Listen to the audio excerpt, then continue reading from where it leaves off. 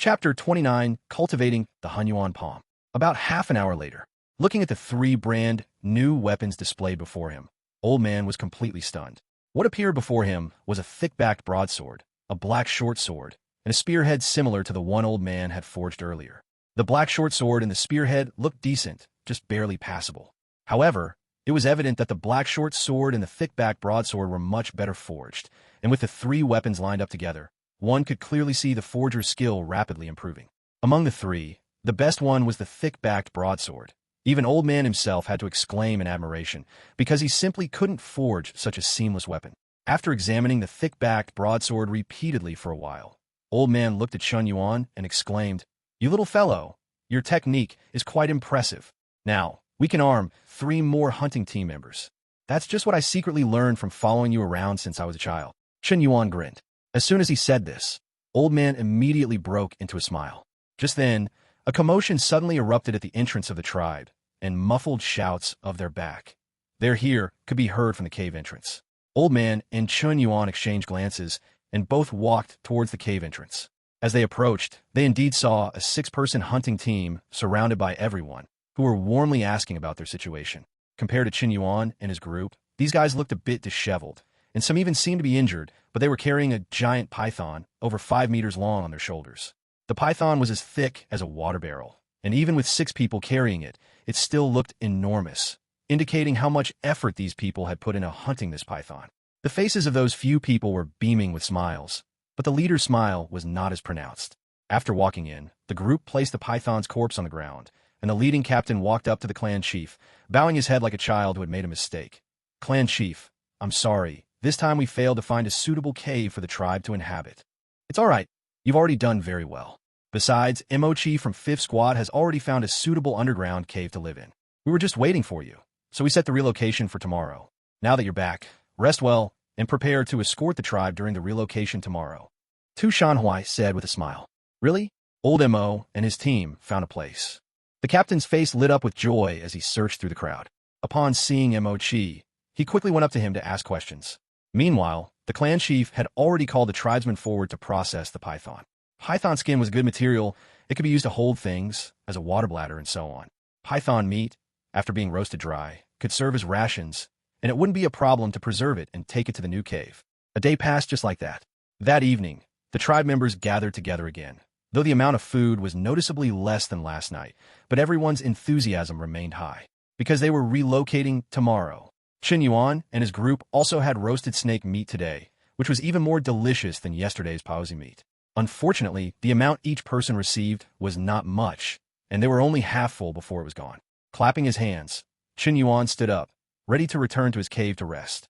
Holding a moonlight stone, Chen Yuan's steps suddenly halted, and his entire body stiffened. He saw a man and a woman, completely naked, entangled in a recessed cave to Chen Yuan's left, passionately embracing each other. They completely ignored Chen Yuan's arrival. Chen Yuan's eyelids twitched, and he quickly averted his gaze, walking quickly forward without looking sideways. After only a few steps, the woman's moaning sounds suddenly came from behind him. Without thinking, he knew the two were getting intense. It was just that in the cave there was no other way. It was obviously impossible for everyone to have their own room, and these people couldn't just ignore these needs. So, over time, this situation became commonplace. Within the tribe, marriages were rare because, once married, the man would be responsible for the woman's food, clothing, and shelter. Although women also needed to work, more responsibility fell on the man. Many men found it difficult to support themselves, so they naturally weren't willing to marry ordinary women. Thus, it was common for men and women who were attracted to each other to affectionately go into a small cave to resolve the issue. And after the issue was resolved, they would go their separate ways, not affecting each other.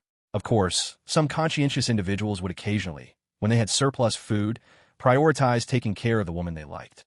Besides this, within the tribe, any newborn was raised collectively by the tribe, and no newborn would ever starve to death. Moreover, during pregnancy and immediately after childbirth, those women didn't need to do anything, or even move. Food and drink would be delivered by designated individuals. This was also one of the tribe's rules, and these rules were established simply to encourage the women within the tribe to be willing to have more children in order to strengthen the tribe's population. These were all memories left by Chen Yuan's previous body. Chen Yuan naturally wouldn't comment on these actions of the people. After all, this was humans' primal nature. Returning to his own cave, Chen Yuan leaned against the rock wall. He wasn't in a hurry to lie down and rest. Instead, he took out the Primordial Chaos Palm's secret manual that the clan chief had given him. He hadn't seriously looked at this thing since he got it yesterday, and now that he had time, he needed to read it. After all, once he finished reading it, he had to return it to the clan chief. The cultivation technique was written on yellow parchment paper, and the pages showed some damage, but fortunately, the writing was complete, and it was accompanied by illustrations, clearly showing the acupoints within the body, the meridians for circulating qi, and even the acupoints in the palm for the final burst, all in great detail. The secret manual was thin, only 10 short pages. In just one read, Chen Yuan had memorized most of it.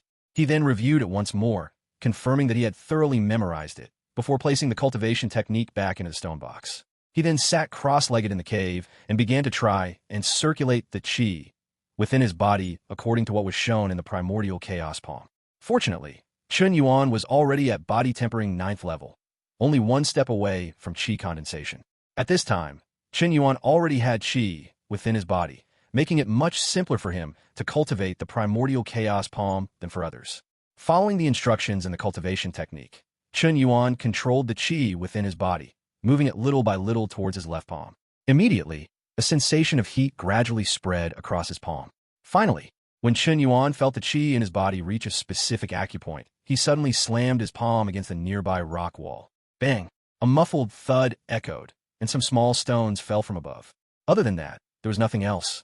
Frowning, Chen Yuan held the moonlight stone closer and looked at the spot where he had just struck. He then noticed that the spot where he had casually struck with his palm had a barely perceptible indentation. One must know this was a rock wall, and it was a solid rock wall. Leaving an indentation on it was an extremely difficult feat. He didn't expect that with just his first attempt, Chen Yuan had left a mark. This cultivation technique is indeed very strong. Chapter 30. The migration begins. A night passed quickly. Early the next morning, Chen Yuan got up. He could not get up because the cave was too noisy. Even though he was located quite far inside, a large number of people were constantly passing by, forcing Chen Yuan to get up with them. He groggily walked to the front of the cave and found that the water on the ground was deeper.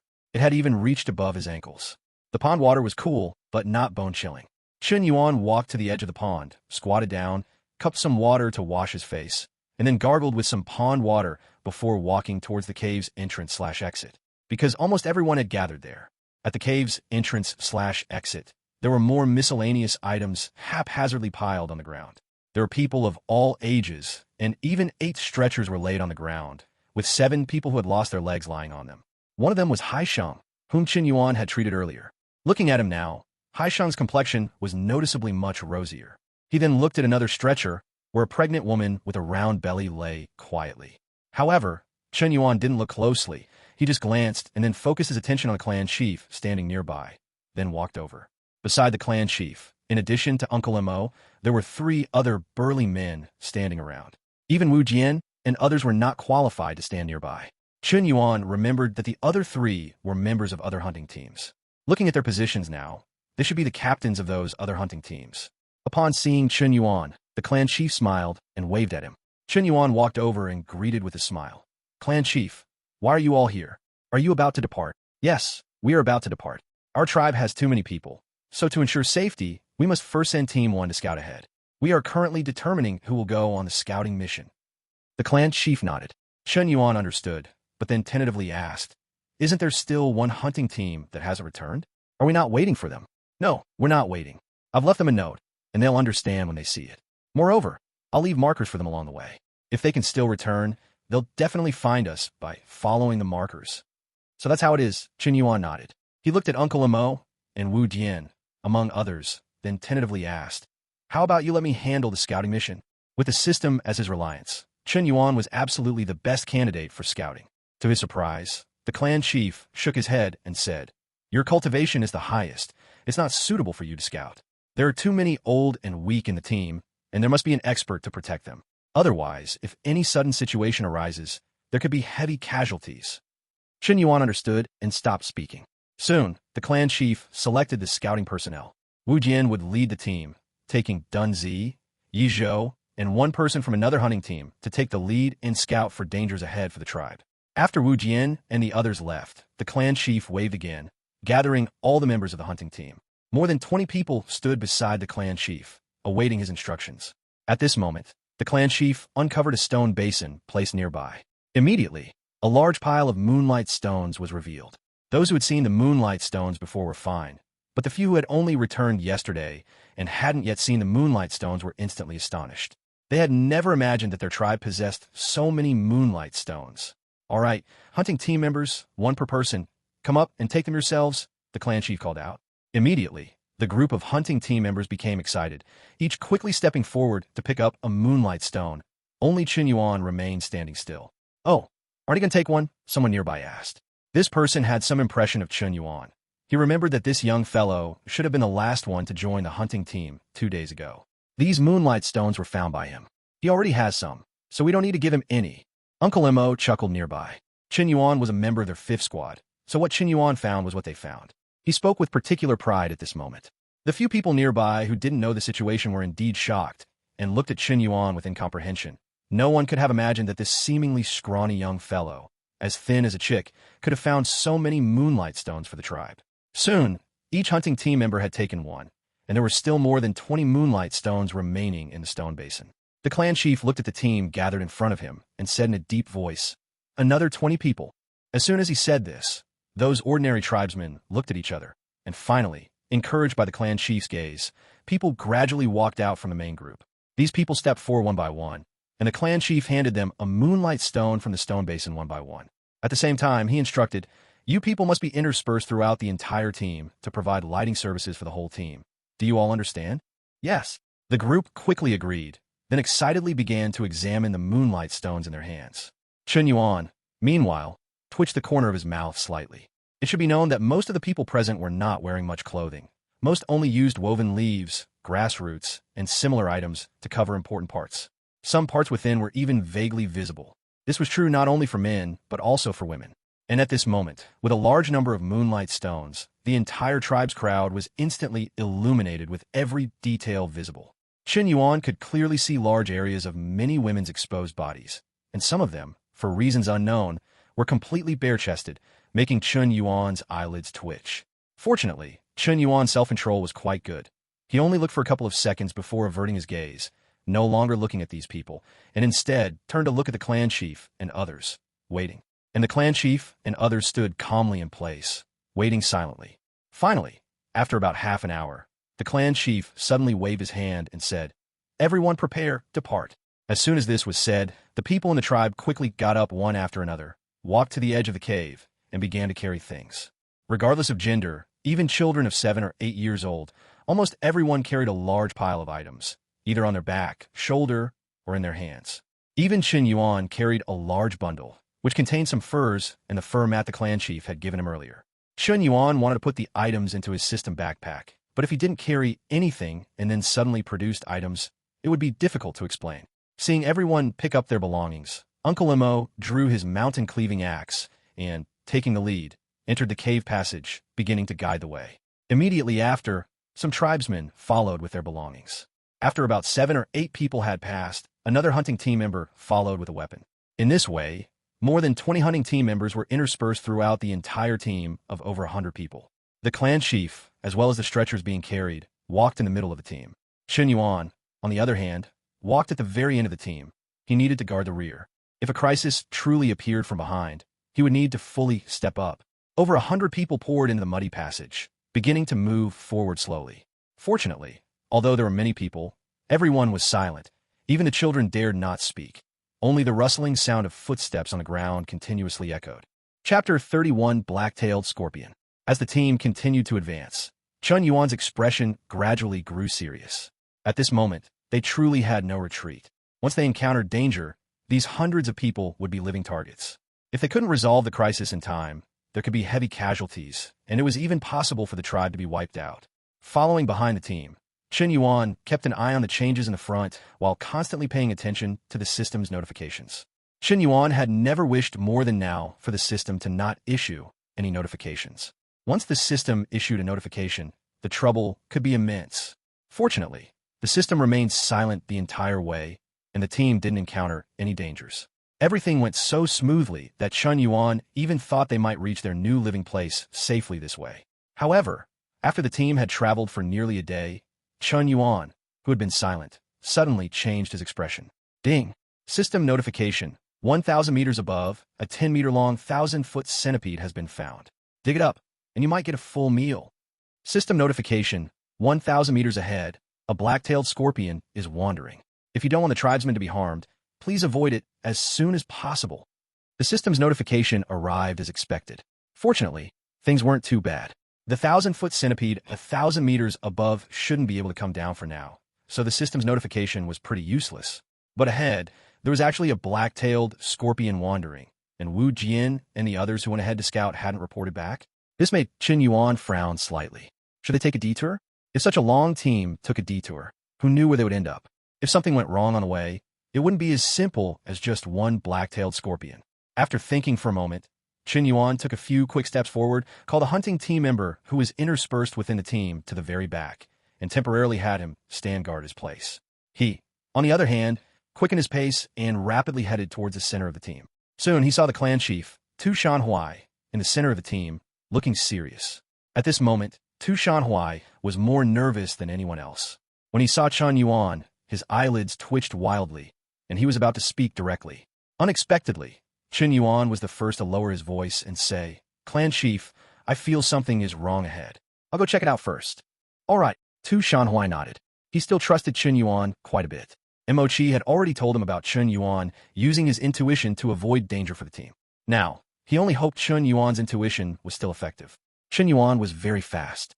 In a blink of an eye, he arrived at the very front of the team, saw Mo Chi, and after a brief greeting, Chen Yuan quickened his steps and dashed into the tunnel ahead, disappearing in an instant.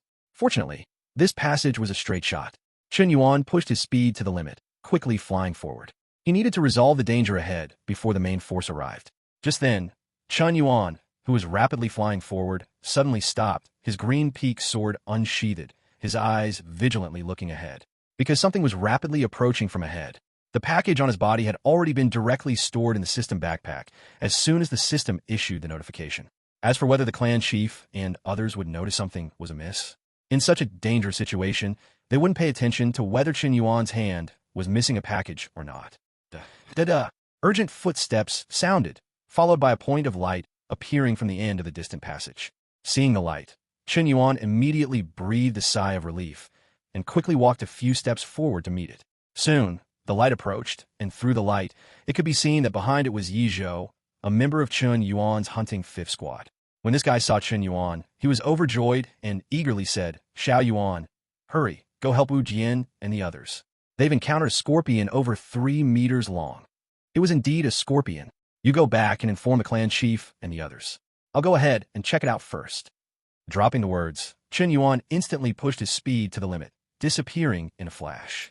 Yi Zhou stared dumbfounded at the direction Chen Yuan disappeared, secretly clicking his tongue, then quickly turned around and hurried towards the location of the main force behind him to inform the people. Meanwhile, Chen Yuan's ears were already filled with the sound of rushing wind. Even when pushing his speed to the limit inside the cave, Chen Yuan wasn't worried about hitting anything. His eyesight was already excellent, allowing him to see very far even in the dark, let alone with a moonlight stone in hand. After flying forward for about 2,000 meters, Chen Yuan finally heard sounds of fighting and quickly sped up. Rounding a small bend, Chen Yuan immediately saw 3 glowing orbs moving up and down in the darkness not far away, constantly changing direction. And next to those 3 glowing orbs was a huge black-tailed scorpion, its body over 3 meters long and more than a meter high. The scorpion was so large that this cave, only a little over 2 meters high, could barely accommodate its body, making it very difficult for it to turn flexibly. It was precisely because of this that the 3 glowing points were able to entangle with it until now. Otherwise, given that Wu Jian and the others, who were represented by the glowing points, were only at the body-tempering first level, they would have long since been dead. The glowing points moving up and down were precisely Wu Jian and the other 2. Seeing that the 3 didn't seem to be seriously injured, Chen Yuan relaxed. He held his green-peaked sword in his hand, and the next moment, he charged straight at the black-tailed scorpion like a bolt of lightning. At this moment, Wu Jian was secretly cursing in his heart. He was leading his squad to scout for dangers ahead for the tribe. When he saw this black-tailed scorpion slowly wandering in the passage, he took the initiative, wanting to lure this thing into other passages to clear this passage of danger for the tribe. The result was unexpected. This scorpion was surprisingly difficult to deal with, especially its pair of dark, shiny pincers, which crushed anything they clamped. The three of them were almost caught, and even so, they were exhausted from struggle. If they couldn't deal with this guy soon, it would be troublesome once the main force arrived. Moreover, if the commotion of the fight attracted other beasts lurking in the nearby mud layer, the trouble would be even greater. Therefore, Wu Jian had already decided that even if one or two people had to be sacrificed, they must lure this thing away as quickly as possible. However, at this moment, he suddenly saw a dark shadow shoot out from behind, passing directly through the three of them, instantly arriving beneath the scorpion's abdomen. Clang! A crisp sound accompanied by sparks flying, and Chen Yuan's expression immediately changed. He had never expected that even the shell on this thing's abdomen would be so hard. Amidst a shower of sparks, the green peak sword only managed to penetrate less than halfway. When he tried to push it further, it was firmly stuck by the creature's shell, making it impossible. Helpless, Chen Yuan quickly pulled out the green peak sword, and with a roll, he dodged the scorpion's subsequent pincer attack, retreating directly from its abdominal position. Chapter 32, The Strong Shell. Xiao Yuan, you're here. That's great. Uncle Wu Dian's face lit up with excitement as he quickly gestured for the other two to approach Chen Yuan. However, Chen Yuan completely ignored him, only saying quickly, "You two, step back first." As soon as he finished speaking, he once again turned into an afterimage and charged directly towards the poisonous scorpion. This time, it was still the scorpion's abdomen. The poisonous scorpion immediately became furious. It vividly remembered the pain Chen Yuan had inflicted on it just now, and it couldn't believe this little bug dared to come at it again. So, the moment Chen Yuan pounced, its large pincers snapped shut, clamping towards Chen Yuan. Uncle Wu Jian and the others on the side immediately held their breath for Chen Yuan. Fortunately, Chen Yuan's reaction speed was extremely fast. The moment the large pincers arrived, he suddenly executed a lazy donkey roll, once again avoiding the attack, and once again got directly beneath the poisonous scorpion's abdomen. Just as Chen Yuan was about to attack, on the side, two more of the poisonous scorpion's smaller legs immediately extended and swept towards Chen Yuan. It looked so massive, yet its movements were surprisingly agile. However, for Chen Yuan, it was still somewhat childish. This creature's strength was, at most, comparable to the body-tempering 3rd or 4th level, while Chen Yuan had already reached the body-tempering 9th level. Although he didn't have a sharp enough weapon to kill it directly, avoiding its attacks was not difficult. After several more evasive maneuvers, before the poisonous scorpion's 3rd wave of attacks could arrive, the green peak sword in Chen Yuan's hand once again fiercely thrust upwards. Kai! A low, muffled sound was heard. This time, the green peak sword pierced completely through without any obstruction. Hiss, hiss, hiss. A low, eerie roar suddenly emanated from the poisonous scorpion's mouth. Immediately after, the poisonous scorpion seemed to go mad, attacking Chen Yuan wildly and indiscriminately. However, despite the seemingly exaggerated chaotic attacks, in reality, it still failed to hit Chen Yuan. Instead, Chen Yuan took the opportunity to pull out the green peak sword that was embedded in its abdomen. The green peak sword emerged with some green, liquid-like substance. Ignoring the filth, Chen Yuan held it in his hand, ready to leave the creature's underside. Instead, the creature was almost in a frenzy at this moment, attacking wildly from all angles, forcing Chen Yuan to dodge left and right. Finally, in an unavoidable situation, Chen Yuan gritted his teeth and directly swung his sword down at a stomping leg. Ding! Amid sparks, that leg was actually severed by Chen Yuan. Although his arm was numb from the shock, Chen Yuan had successfully cut it off. It seems this thing isn't solid iron all over. Chen Yuan understood that while the creature's carapace was as hard as a turtle shell, the hardness of its legs was still somewhat lacking. Realizing this, Chen Yuan no longer held back against the constantly stomping and kicking legs. Ding ding dang dang. In a flash, 4 of the poisonous scorpion's 6 auxiliary legs were removed by Chen Yuan, leaving only 2 small legs and 2 large pincers. At this moment, the creature finally felt fear and no longer dared to continue attacking Chen Yuan. It actually wanted to turn and flee. However, this underground passage was too small. Humans could barely walk through it, but it was extremely difficult for this behemoth, which was 3 meters long, to turn around inside. But even with the difficulty, the creature still squeezed and tried to turn around to escape. However, how could Chen Yuan give it a chance to escape? Without the head, the rest of a scorpion is all chicken-flavored and crunchy. The main force was almost here. If he killed this guy, they'd have dinner sorted. Thinking this, Chen Yuan's eyes flashed, and he suddenly leaped up. The poisonous scorpion was completely focused on trying to escape at this moment, and didn't notice Chen Yuan at all. By the time it noticed, Chen Yuan had already landed directly on its thick, armored back. Next moment, the green peak sword, carrying a chilling glint, plunged directly into one of its eyes. Kai! The green peak sword easily pierced through. The intense pain caused the poisonous scorpion's massive body to thrash wildly. But Chen Yuan held the green peak sword with one hand, firmly securing his body to the creature. Just then, a cold wind whistled from behind Chen Yuan. He turned his head to see a ferocious, giant stinger fiercely thrusting down towards him. This creature was 3 meters long, and its stinger was nearly half a meter, containing an unknown amount of venom. If he were stung, he might not die, but he would certainly be severely injured. Chen Yuan quickly pulled out the green peak sword and dodged. But it was too late. In a critical moment, he had no choice but to suddenly raise his hand and grab the scorpion's tail just as it was about to strike, controlling the stinger part in his hand. Fortunately, Chen Yuan's strength was immense now. Although the scorpion's tail was fast, its actual power was not great. After being caught in Chen Yuan's hand, it struggled several times but couldn't break free. Instead, it angered Chen Yuan, who directly used the green peak sword to fiercely chop down at its tail. Amidst flying sparks, the first strike failed to sever it. Immediately after, the second strike, the third strike, the scorpion's tail snapped. The remaining part of the tail finally broke free from Chen Yuan, but having lost its greatest weapon, the stinger, that tail was no longer a threat. Chen Yuan turned, his eyes filled with a cold glint, and once again rushed to the poisonous scorpion's head, fiercely plunging the green peak sword in his hand towards the area near its eye on the top of its head. Ding! The green peak sword only went in halfway, but Chen Yuan didn't care at all.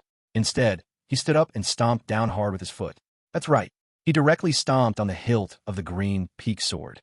The green peak sword, which had been difficult to penetrate further, immediately sank completely under Chen Yuan's powerful stomp. Beneath him, the poisonous scorpion struggled violently for a moment, then suddenly fell silent, its entire body stiffening and crashing to the ground, blocking almost half of the cave passage. Not rushing to leave, Chen Yuan stood on top for a while to confirm that the creature was indeed dead. Only then did he find a way to pull out the green peak sword, casually wiping the liquid off it in the nearby mud, and then jumped off the scorpion's back. As soon as he got down, Uncle Wu Jian and the others immediately came forward, their faces filled with joy as they looked at Chen Yuan. Xiao Yuan is still amazing. He took down such a powerful beast just like that. Yes, if Xiao Yuan hadn't come, we would have been in big trouble. Dunzi also nodded repeatedly from the side. All right, Uncle Wu Jian, Uncle Dun, stop making fun of me. The main force should have stopped behind us. One of you go and inform the main force to come over. Let's hurry and dismember this thing and take it away so it doesn't block the path here. Okay. Uncle Wu Jian nodded, then instructed the other member of the hunting team to go back and report, while they planned to dismember the creature. However, they soon gave up on this impractical idea, because it was too difficult. Even with Chen Yuan using true qi to envelop the green peak sword, it was very difficult to cut through the creature's thick carapace. There were no other passages nearby, so they couldn't drag it aside. They could only stand there and wait for the main force to arrive. After all, they might not be able to handle this thing, but that didn't mean certain other people couldn't. Chapter 33, The Dragon Arrives. The large group did not travel very efficiently, and it was the clan chief who arrived first. Behind the clan chief were Old Wang and another hunting team captain. Chen Yuan, who was waiting idly in the passage, saw Old Wang, and his eyes immediately lit up. He quickly flashed in front of Old Wang and extended his hand, saying, Uncle Wang, lend me your spirit weapon for a bit. What for? Old Wang was startled. To dismember it. It's too hard. My green peak sword can't do anything to it. Chen Yuan pointed to a spot not far away. Whoa.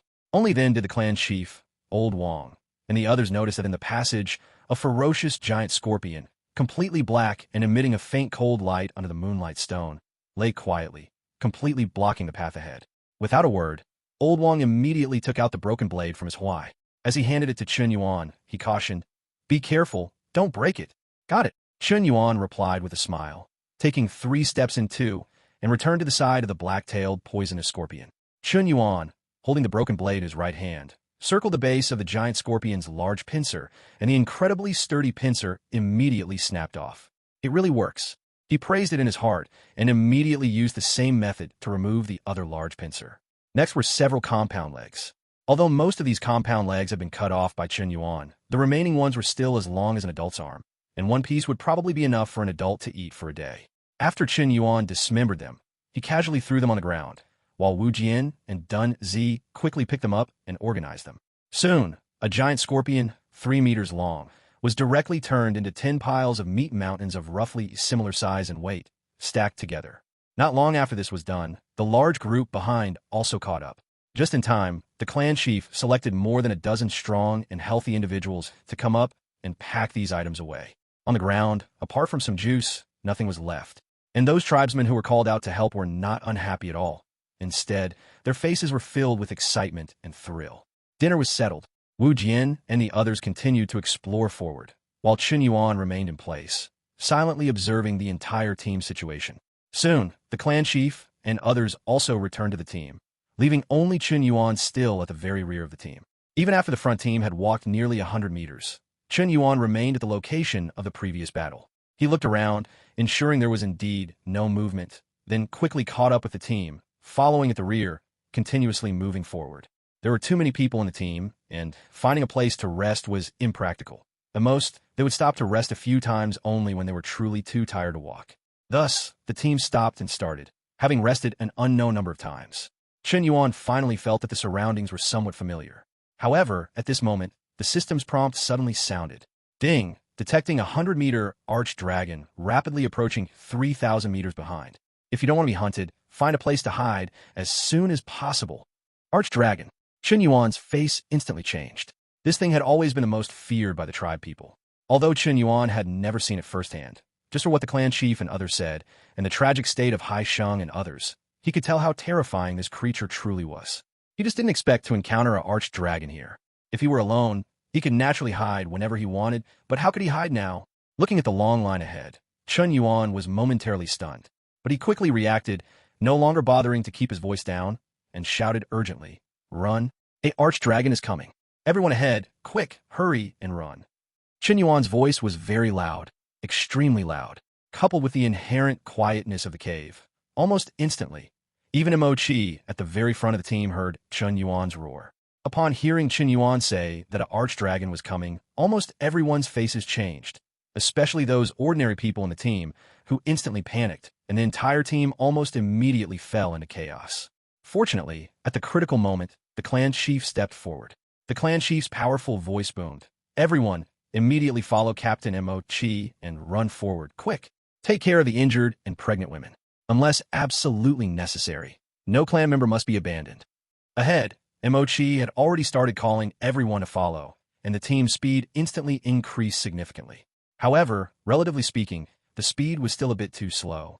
At the very rear of the team, Chen Yuan looked at the slowly moving team ahead, and his entire face became ferocious. "Throw away all useless items. Don't keep anything. Quick. Run, it's too late." Chen Yuan's voice was filled with urgency. The clan chief and others instantly understood that the arch-dragon had probably already discovered them and was rapidly approaching. Otherwise, Chen Yuan would never be so anxious. Understanding this, they also hurriedly repeated Chen Yuan's words. Immediately, many people in the team quickly threw down their stone pots, stone basins, and even the firewood and furs they were carrying, leaving them all on the ground. Everyone ran forward as if their lives depended on it. Looking at the tribesmen fleeing like stray dogs, Chen Yuan not only felt no relief, but his expression became even uglier. It's too late. Chen Yuan could even feel the ground trembling and rumbling. Behind him, something was rapidly approaching. He looked ahead at the tail end of the team, which was almost out of sight, gritted his teeth, and instantly plunged the spirit weapon Broken Blade, which he hadn't had time to return to Old Wang, into the passage above his head. The Broken Blade, which was already capable of cutting through iron like mud, sliced through these clods of earth even faster. In just a few breaths, large chunks of soil were brought down by Chen Yuan, and the passage was instantly blocked by more than half. This was not enough. Chen Yuan retreated a bit further, then collapsed another section of the passage. Fortunately, his current cultivation was strong enough to support such high-intensity actions.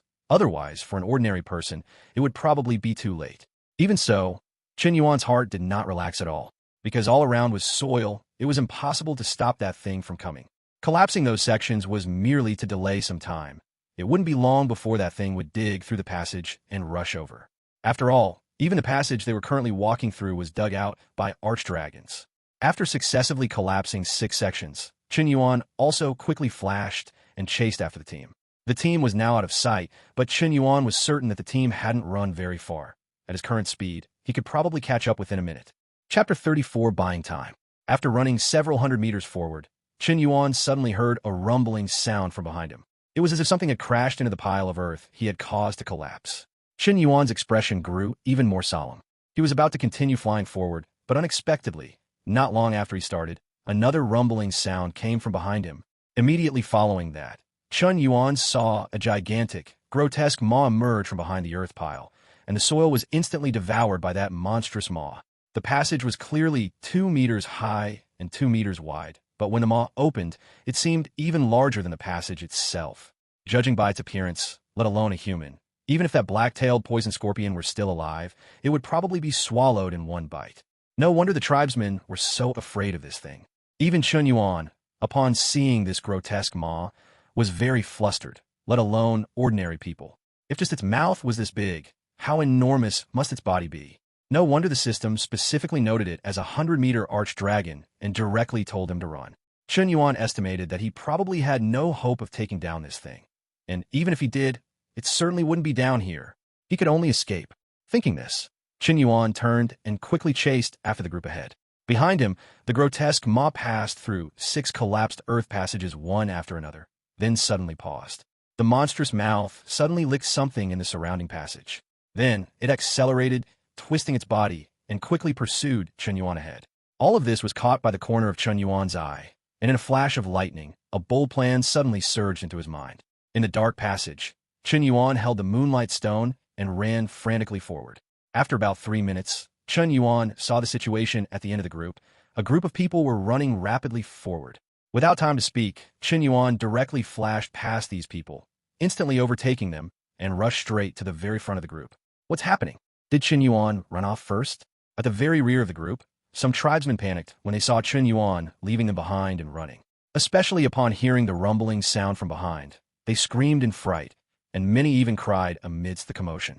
In the center of the group, Tu Shanhuai, as the clan chief, naturally noticed the unusual situation behind them. His old face was filled with anxiety, but he could only continuously try to calm the emotions of everyone in the group. Just then, Chen Yuan suddenly flashed past him. Tu Shanhuai was stunned and was about to ask a question, but Chen Yuan directly left him behind, his figure disappearing ahead in the blink of an eye. What's going on? Tu Shanhuai frowned. Was Chen Yuan going to abandon them and escape alone? In an irresistible situation, with Chen Yuan's abilities, he indeed should have left them all behind and prioritized his own escape.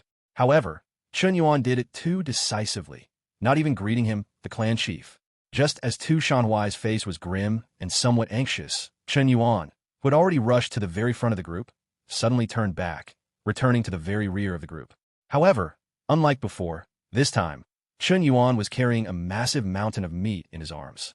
It looked exactly like the black-tailed poison scorpion he had dismembered earlier, didn't it? Just as the tribesmen were puzzled, Chen Yuan's voice suddenly rang out. Run quickly. There's a tree hollow a few hundred meters ahead.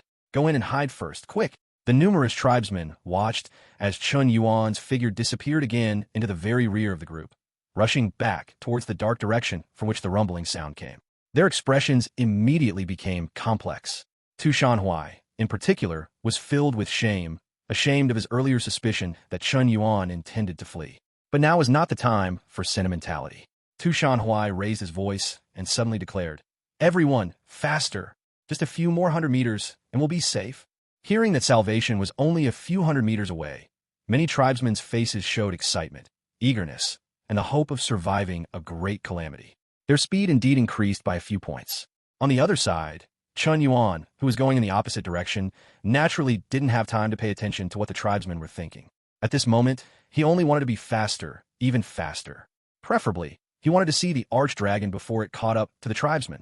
When Chen Yuan passed the last tribesman and walked several hundred meters further, he saw the situation before him and suddenly let out a sigh of relief. Originally, Chen Yuan had estimated that the archdragon would probably have caught up to the last of the tribesmen by the time he turned back. However, he didn't expect it to still be several hundred meters behind the tribesmen, and the grotesque maw was licking up the assorted items the tribesmen had dropped in their panic. Whether it was stone pots, stone basins, or animal furs, etc., nothing was spared. Stone pots and stone basins were usually spit out immediately after being licked into its mouth, while animal furs or clothes were directly swallowed whole by the giant maw. At this moment, Chen Yuan truly understood what an insatiable maw meant. After devouring all the abandoned items on the path, the grotesque maw immediately sped up, chasing after the fleeing tribesmen again. Clearly, this thing wasn't full yet. With that terrifying giant mouth, if it caught up, it could probably swallow several people in one bite. The entire tribe of over 100 people might not even be enough for this thing to eat for a single day. It absolutely cannot catch up. Seeing the creature catching up, Chen Yuan hastily put the mountain of meat he was carrying into his system space. Immediately after, he took out a piece of flesh with black liquid from it and threw it with all his might towards the archdragon. Chen Yuan had already recalled this place. This was where he had been dragged into the underground cave by the giant tree spirit. If those people could hide in the tree hollow first and then seal it up, they might be safe. This archdragon had no eyes and could only rely on scent to identify prey. Perhaps they could use this to escape the calamity. However, it would still take at least a few minutes for the tribesmen to reach the cave. Chen Yuan had to by this time. The flesh was thrown too far. Its sight was no longer visible with the moonlight stone. However, Chen Yuan could vaguely see that the rapidly approaching archdragon indeed stopped when it touched the large piece of flesh. The gigantic maw enveloped the large piece of flesh and then quickly swallowed it. It then fumbled around for a bit, found nothing else to eat, and the creature immediately sped up, chasing after the people ahead. As long as it's effective, Chen Yuan breathed a sigh of relief, quickly took out a second piece of venomous scorpion flesh, and threw it toward the spot ahead of him. After throwing it, Chen Yuan turned and retreated over 100 meters. Observing again, the archdragon had indeed stopped once more. Chapter 35 Returning. Unfortunately, that guy ate things too quickly. Moreover, once it sensed there was nothing left to eat, it would immediately chase forward along the passage. Chen Yuan felt for the first time that having no branching paths was such a deadly thing. If there was another passage here, he could have lured the creature away with the food. Unfortunately, there wasn't. Seeing the creature catch up again, Chen Yuan quickly threw out another piece and then retreated dozens of meters. This was repeated until the last two pieces of venomous scorpion meat were thrown out consecutively, after which Chen Yuan immediately maximized his speed and quickly chased towards the team. Whoosh, whoosh, whoosh. In his ears, there was only the sound of whistling wind. Chen Yuan's speed was extremely fast, and in the blink of an eye, he had run several hundred meters. Only then did the rumbling sound behind him come again. That thing was catching up again. Gritting his teeth, Chen Yuan injected the remaining true qi in his body into his legs, and his speed indeed increased by another 3 points. In a game of chase and escape, Chen Yuan quickly rushed several hundred meters away. From afar, Chen Yuan could already see a faint light flickering in the passage ahead. As he got closer, Chen Yuan realized that it was the clan chief standing in a passage holding the bone staff. As for the tribesmen around him, they had all disappeared. His gaze subconsciously looked towards the passage to the clan chief's left, and sure enough, there was a collapsed small mound there. Just then, the clan chief's urgent voice suddenly rang out. "Xiao Yuan, quick, come over!" Without hesitation, Chen Yuan rushed straight over, grabbed the clan chief, and directly threw the clan chief into the passage on the left.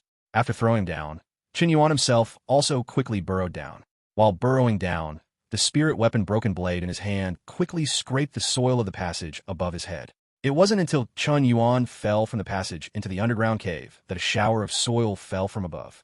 Those clumps of soil fell with a thump, actually blocking the passage directly. Whoosh, whoosh, whoosh. Breathing heavily, Chen Yuan turned his head to look, only to see all the tribesmen quietly waiting in the tree hollow. At this moment, all of them looked at him with worried expressions. Making a shushing gesture, Chen Yuan reapproached the collapsed passage and listened carefully to the movement above. The tribesmen behind him, including Uncle Mo, the clan chief, and others, no matter how many words they had, dared not utter a single one at this moment. Everyone waited quietly, as if awaiting the judgment of fate. Thump, thump, thump, thump, thump, thump, thump, thump, thump. In the entire underground cave, only the nervous heartbeats of countless people could be heard. Amidst these intense heartbeats, a rustling friction sound suddenly came from above, and with the friction sound, the entire layer of soil above the cave began to continuously fall down. Occasionally, even large chunks of soil would fall. Archdragon had arrived.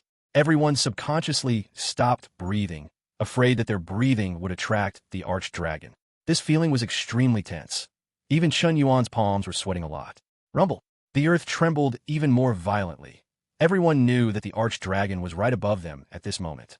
At the entrance of the passage, Chen Yuan held his breath, listening carefully to the movement above, occasionally frowning and looking at the constantly falling soil from the top, fearing that the cave would not be strong enough to support the archdragon's massive body, leading to a direct collapse and exposing everyone. Fortunately, The cave was sturdier than everyone had imagined. Even until the rumbling sound above receded, the cave showed no signs of collapsing at all. Everyone seemed to have truly escaped a disaster. Phew! Everyone breathed a sigh of relief, and their faces showed the excitement of surviving a catastrophe. To the side, the clan chief, Emochi, and others also smiled and walked towards Chen Yuan. The clan chief was about to speak when Chen Yuan suddenly made another shushing gesture, scaring the clan chief into swallowing his words instantly. Everyone looked at Chen Yuan. At this moment, Chen Yuan seemed to have become the backbone of these people. Everyone was waiting for Chen Yuan to say it was all clear. However, with the rustling sound of crawling starting again, everything turned into a pipe dream. Everyone's expressions changed, including the clan chief. The arch-dragon had actually returned. Chen Yuan's expression also turned grim. He hadn't expected that thing to come back. He was careless. Chen Yuan estimated that the creature had chased for a while, found that the scents it was pursuing were gone, and so it had returned. What to do now? Everyone's worried and fearful gazes fell on Chen Yuan again. Rumble. The arched dragon was here, right above them, and the rustling sound of falling soil appeared again. Just then, a large chunk of soil couldn't hold on and suddenly fell from the top of the cave, directly smashing toward the crowd. One must know that this cave was less than 20 square meters in total, and at this moment, hundreds of people were hiding inside. The density was imaginable. This large chunk of soil falling down would probably hit at least 4 or 5 people. Chen Yuan wanted to rush over to save people, but it was too late. Thump! A muffled sound occurred, and 6 people were hit instantly. Fortunately, those people reacted quickly enough, each quickly covering their heads, which prevented serious injuries. Even so, being hit like that certainly wasn't light. But what Chen Yuan didn't expect was that these people were indeed tough enough. Even after being hit on the head like that, they didn't utter a single sound. His tense heart relaxed. As long as no sound was made to attract the attention of the big guy above, the problem shouldn't be too big. However, just as Chen Yuan had just breathed a sigh of relief, a childish voice with a crying tone suddenly rang out. "Mom, it hurts." The voice wasn't loud, but it was enough to attract everyone's attention. Almost instantly, everyone's gazes all turned towards it, and most people's eyes even carried anger. Even the clan chief glared fiercely. The one who made the sound was a 5 or 6-year-old child, who had always been protected by his mother, but some of the mud that had just fallen splashed onto him, causing him to involuntarily make a sound. His mother was truly so frightened that she almost cried and quickly covered his mouth tightly. Around them, the angry crowd then withdrew their gazes, once again looking worriedly towards the top. However, the rustling crawling sound suddenly disappeared. In that instant, it completely vanished. What's going on? Even Chen Yuan's brows furrowed. An ominous premonition gradually enveloped his heart. 1 breath, 2 breaths, 3 breaths. The next moment, the rumbling sound suddenly rang out above. Immediately after, soil continuously and rapidly fell, causing the people below to quickly dodge in all directions, fearing that a moment's delay would get them crushed to death. Almost simultaneously, a huge and hideous mouth part directly pierced down from the mud layer above everyone's heads. The thing had actually discovered the people hiding in the cave. Run! An angry shout suddenly rang out. Chapter 36, Sacrificing Oneself to Lure the Dragon. Screams of fear and wails instantly erupted. Everyone screamed like mad. However, this cave was a dead end. There were no other passages around. Escape was impossible. The only passage was a small hole in the heart of the tree. However, that place was too narrow, only wide enough for one person, yet there were hundreds of tribesmen inside the cave. It's over. All the tribesmen' faces turned pale. The clan chief's hands trembled with anger. The Tushan tribe had barely survived in this chaotic world for over 100 years, yet he never expected it would be destroyed in his hands. He was unwilling. However, facing the Gong Long, they had almost no power to resist. No, they couldn't just sit and wait for death. A look of madness suddenly appeared on the clan chief's face. All hunting team members, listen to my command. The time has come to protect our tribesmen. Take out your weapons and kill it.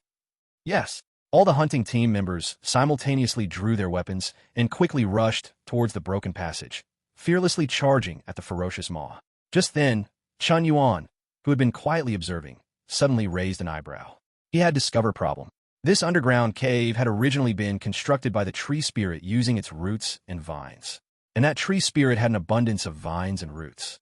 Even now, the Gong Long, which should have already fallen, was completely blocked outside by a massive tangle of dense vines, only able to struggle wildly, hoping to break free.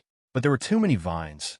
Even if they were constantly breaking, it would still be a while before it could completely fall through. Stop arguing, everyone. Quickly hide and quiet down. Hurry. With a low shout, Chen Yuan immediately took a few steps forward, arriving at a pile of poisonous scorpion meat that these people had frantically abandoned on the ground, and quickly picked it up. Xiao Yuan, what are you doing? Leave it, run. Mochi shouted. You all hide first, I'll go lure that thing away. As his voice fell, Chen Yuan quickly returned to the passage he had dug open. Now, he only hoped that the passage hadn't been completely sealed off. Chen Yuan, holding the scraps of meat in one hand and his broken spirit weapon in the other, quickly began to dig. Fortunately, the collapsed section wasn't severe and was easily dug through. Chen Yuan was about to jump up when he suddenly found himself being pulled. He looked back and saw it was Uncle Mo. Xiao Yuan, it's too dangerous, I'll go. You are too important to the tribe. In the future, the tribe will still need you to lead it step by step out of danger. After Uncle Mo finished speaking, he moved to take the scraps of meat from Chen Yuan's hand. Just then, a series of cracking sounds rang out again. The tree vines and roots were about to give way. There was no time. Despite being touched, this was not the time for idle talk. Chen Yuan unceremoniously kicked Uncle Mo away, leaped up, and instantly disappeared into the darkness. Xiao Yuan, Mo Chi's anxious voice rang out. He wasn't angry at all about being kicked by Chen Yuan, but instead was filled with self-reproach. Some of the other tribesmen noticed what was happening here, while others only saw Chen Yuan running away. Many instinctively rushed over, wanting to follow the passage out, but were instantly stopped by Mo Chi. Mo Chi, why are you stopping us? Let's go. That kid ran away. Are you still trying to keep us here, die? Exactly, move aside, we want to leave. Hurry up and move. Angry voices continuously erupted. Many confused tribesmen also instinctively gathered around. You all. Mo Chi was furious with these people. Xiao Yuan went up not because he was scared and ran away, but to lure the Gong Long away. If they followed now, they would either cause trouble or die, so he naturally couldn't let these tribesmen go up. However, he never expected to hear such words from these tribesmen. Stop arguing. Quickly find a place to hide. The clan chief's low shout rang out. He also knew what Chen Yuan was doing. He was truly somewhat disappointed by the behavior of these tribesmen. Above, large chunks of earth continued to fall. At this moment, only a thin layer of tree roots remained, blocking the Gong Long from entering the cave and wreaking havoc. It would probably only take a few breaths of time before this enormous Gong Long would enter the cave and rampage. At that time, everyone would die. The timid ones had already started crying, and the cries of children, mixed with screams and curses, continuously echoed. The entire underground cave was a chaotic mess. Mo Chi, the clan chief, and others had prominent veins bulging on their foreheads. If it weren't for this special moment, they would have certainly taught these tribesmen a lesson.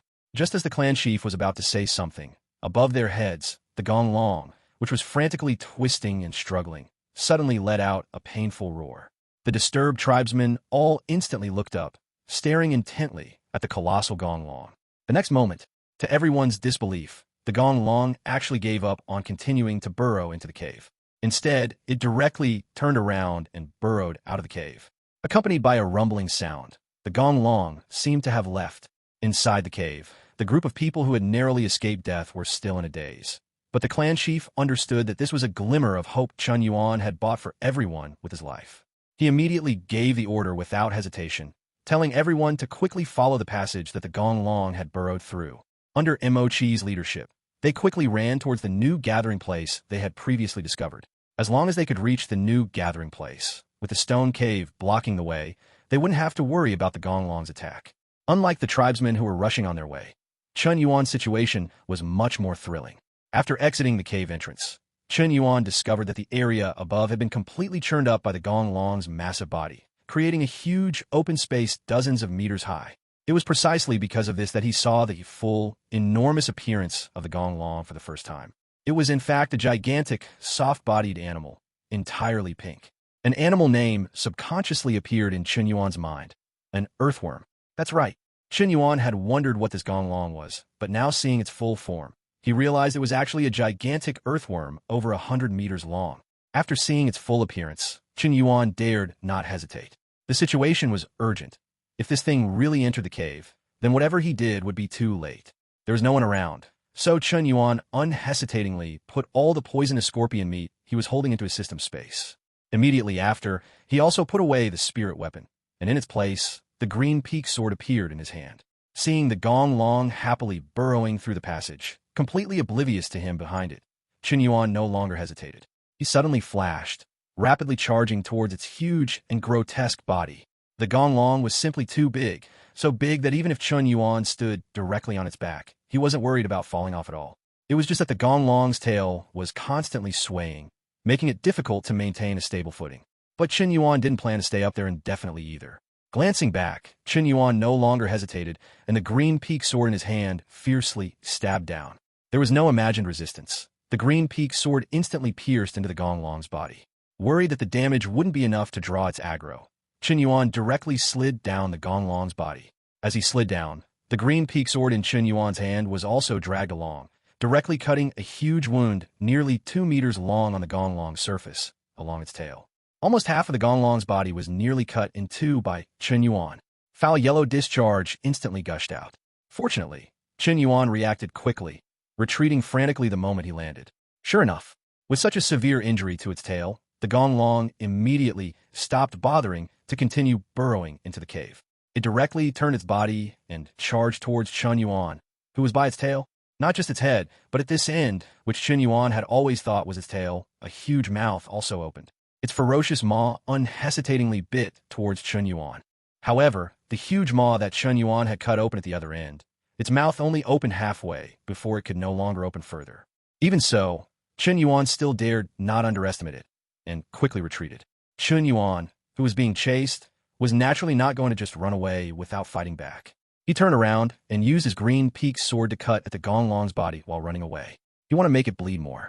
He also wanted to see if there was any weakness in this thing. However, after cutting a few more times, Chen Yuan discovered that this Gonglong's body seemed to be extremely tough, and the green peak sword could not cause much damage to it. It only caused some small wounds, which were not as effective as the one he had just made by sliding down its body. After all, that was a huge wound, nearly 2 meters long, almost cutting it in half. That kind of damage was definitely enough to make it feel pain. But these small wounds were not enough. Chen Yuan glanced at the Gonglong, which was still chasing him relentlessly, and a thought suddenly flashed through his mind. This thing was like an earthworm, and earthworms usually had a head and a tail. Although he couldn't tell which was which, he could try to attack its head or heart. With this thought, Chen Yuan no longer hesitated. He dodged the Gonglong's attack and quickly rushed towards its head end. The Gonglong was obviously very angry. Seeing Chen Yuan rushing towards its head, it immediately opened its huge mouth and bit at Chen Yuan. Chen Yuan, however, was not afraid.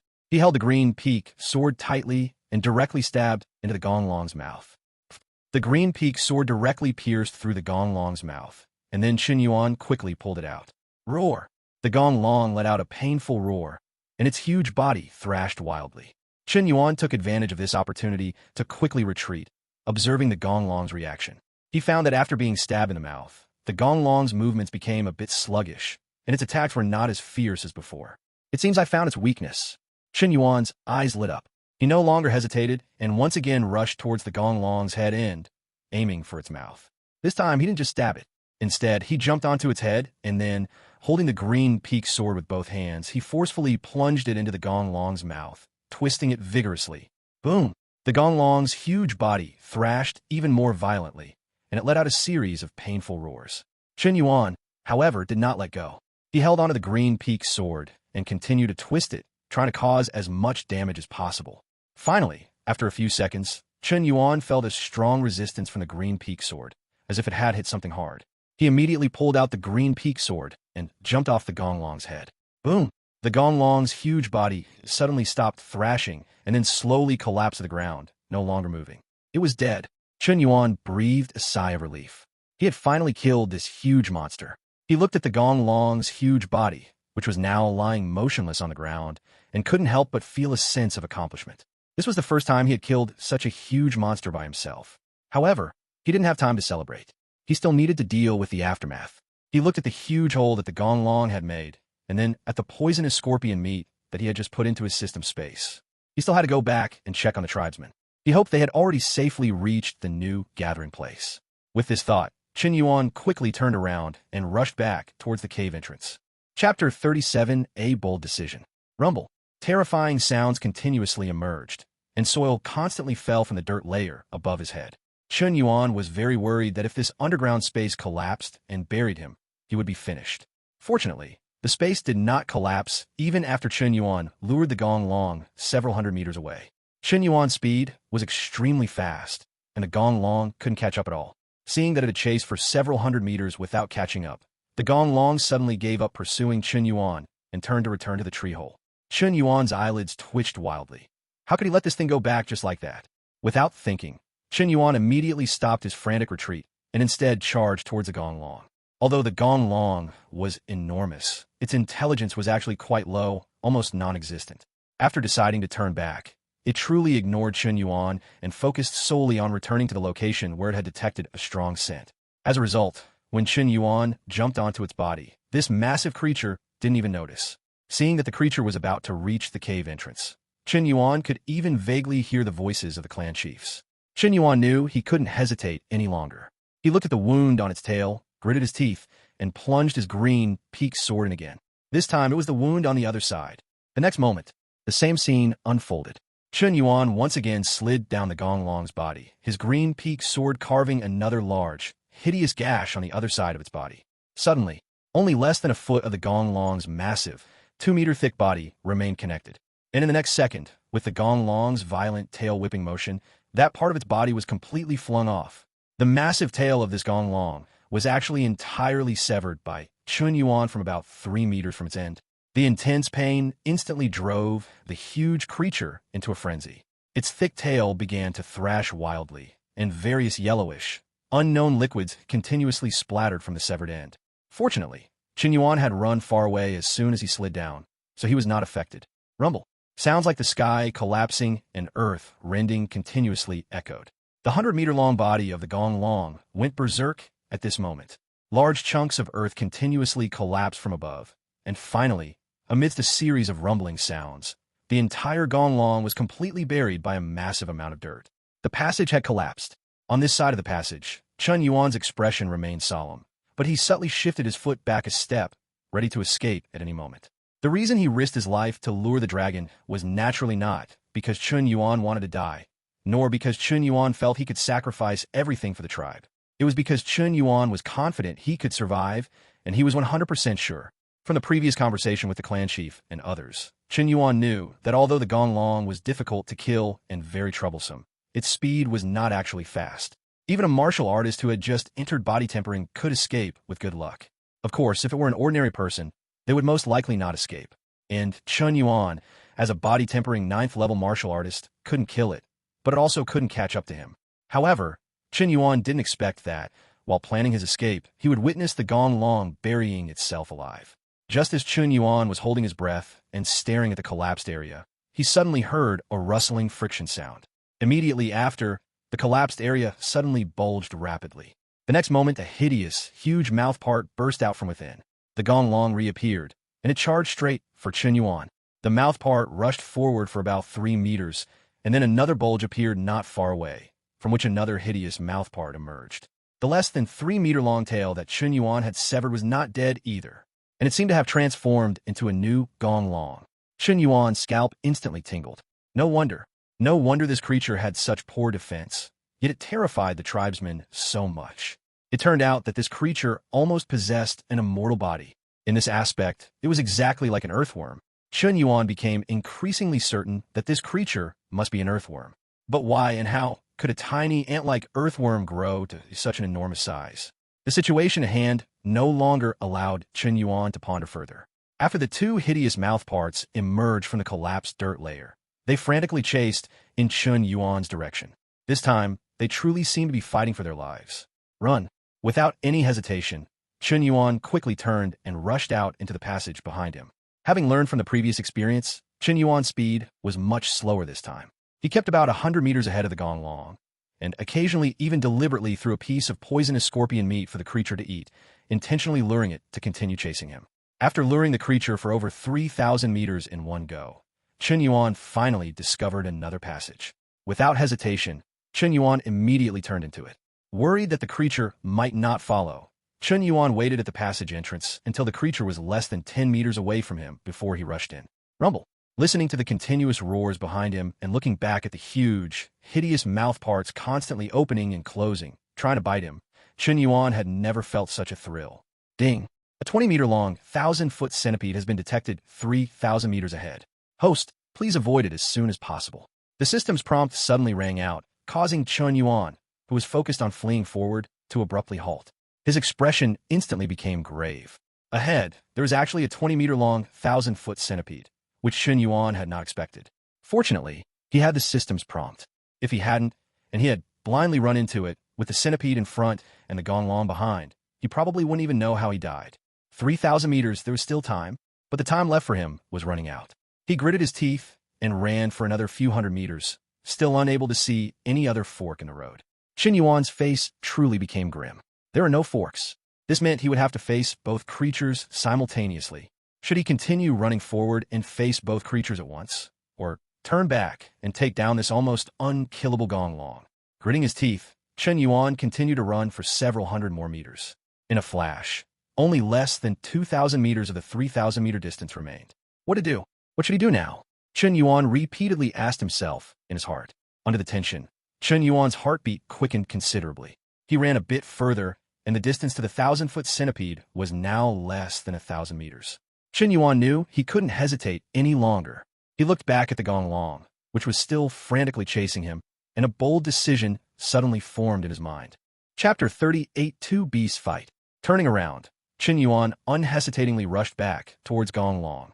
The moment Gonglong's mouth closed, Chen Yuan quickly approached, and the green peak sword in his hand fiercely stabbed down again. Without the slightest hesitation, Chen Yuan decisively pulled out his sword and continued to flee back towards the passage ahead. Keep running. As expected, Chen Yuan had slashed him again, and Gonglong was clearly even more enraged. His long body in the mud layer behind him constantly churned up large amounts of mud, and he began to speed up, chasing after Chen Yuan. At this moment, although Chen Yuan appeared extremely nervous, in reality, his mind had never been as clear as it was now. Behind him, Gonglong was constantly closing in, but Chen Yuan's pace did not quicken. Instead, he deliberately slowed down considerably, allowing the distance between him and Gonglong to continuously shrink, eventually reducing it to less than 50 meters. During this process, Chen Yuan had already led this gonglong along the passage for 700 or 800 meters. The passage in the distance was still pitch black, but Chen Yuan already knew what kind of monstrous and terrifying beast was waiting for him inside. Without a shred of hesitation, Chen Yuan charged straight in. 300 meters, 200 meters, 100 meters. Estimating that the distance was about right, Chen Yuan instantly threw the moonlight stone in his hand fiercely towards the passage ahead. Fortunately, this passage was straight, so the moonlight stone flew over 100 meters before it hit something with a bang. With the faint light of the moonlight stone, Chen Yuan could see a flat, dark red centipede with dense, tiny legs, silently lying in the passage. The moonlight stone, without deviation, landed precisely on the creature's head, then fell to the ground beside it. Clatter. As a large amount of rubble fell, the 1,000-foot centipede, which had been lying motionless on the ground, suddenly stood up, and the dense, tiny legs on both sides of its body began to move successively. Immediately after, it even actively crawled quickly towards Chen Yuan. Now is the time. Gritting his teeth, Chen Yuan suddenly accelerated, charging towards the 1,000-foot centipede, not retreating but advancing. 100 meters, 10 meters, 1 meter. Just as the two sides were about to make contact, just as the 1,000-foot centipede's monstrous, huge chewing mouthparts were about to bite Chen Yuan, he suddenly leaped up, his body horizontal in midair, his back almost pressed against the mud layer above the passage, quickly jumping onto the 1,000-foot centipede's body. With a thump, Chen Yuan landed heavily on the centipede's back, and then, without daring to hesitate, he continued to step on the 1,000-foot centipede's back, quickly fleeing forward.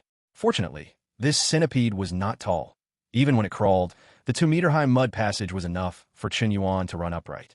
It was also fortunate that this centipede was indeed large enough. Its smooth back allowed Chen Yuan to run quickly, as if on flat ground.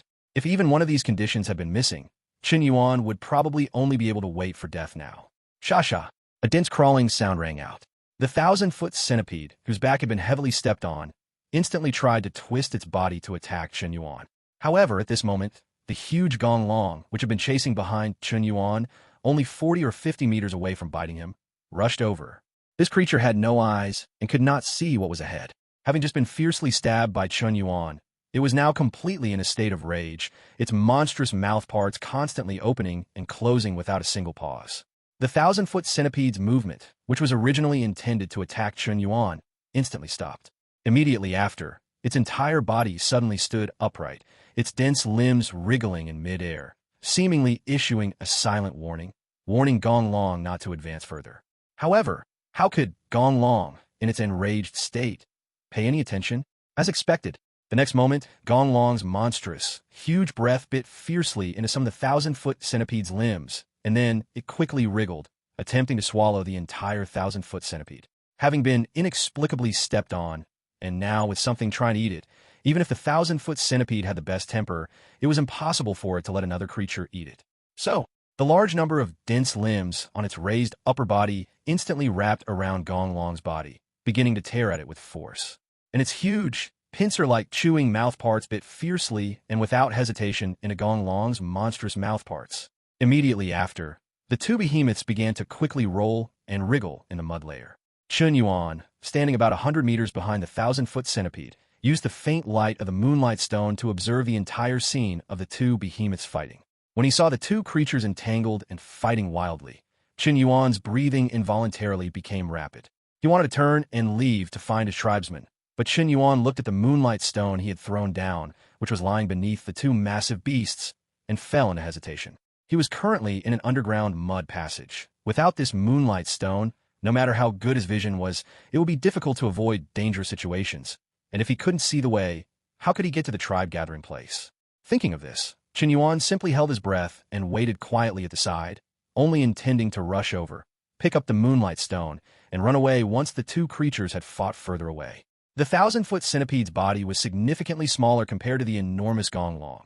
However, the 1,000-foot centipede's large pincers at its mouth and its dense, extremely sturdy limbs all gained the upper hand in the fight.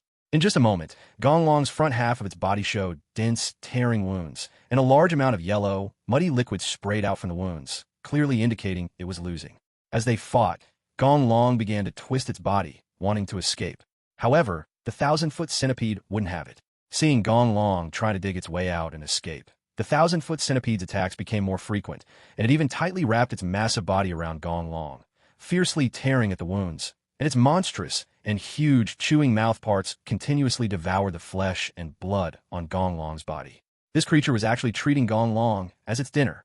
Gong Long, in excruciating pain, struggled more and more fiercely.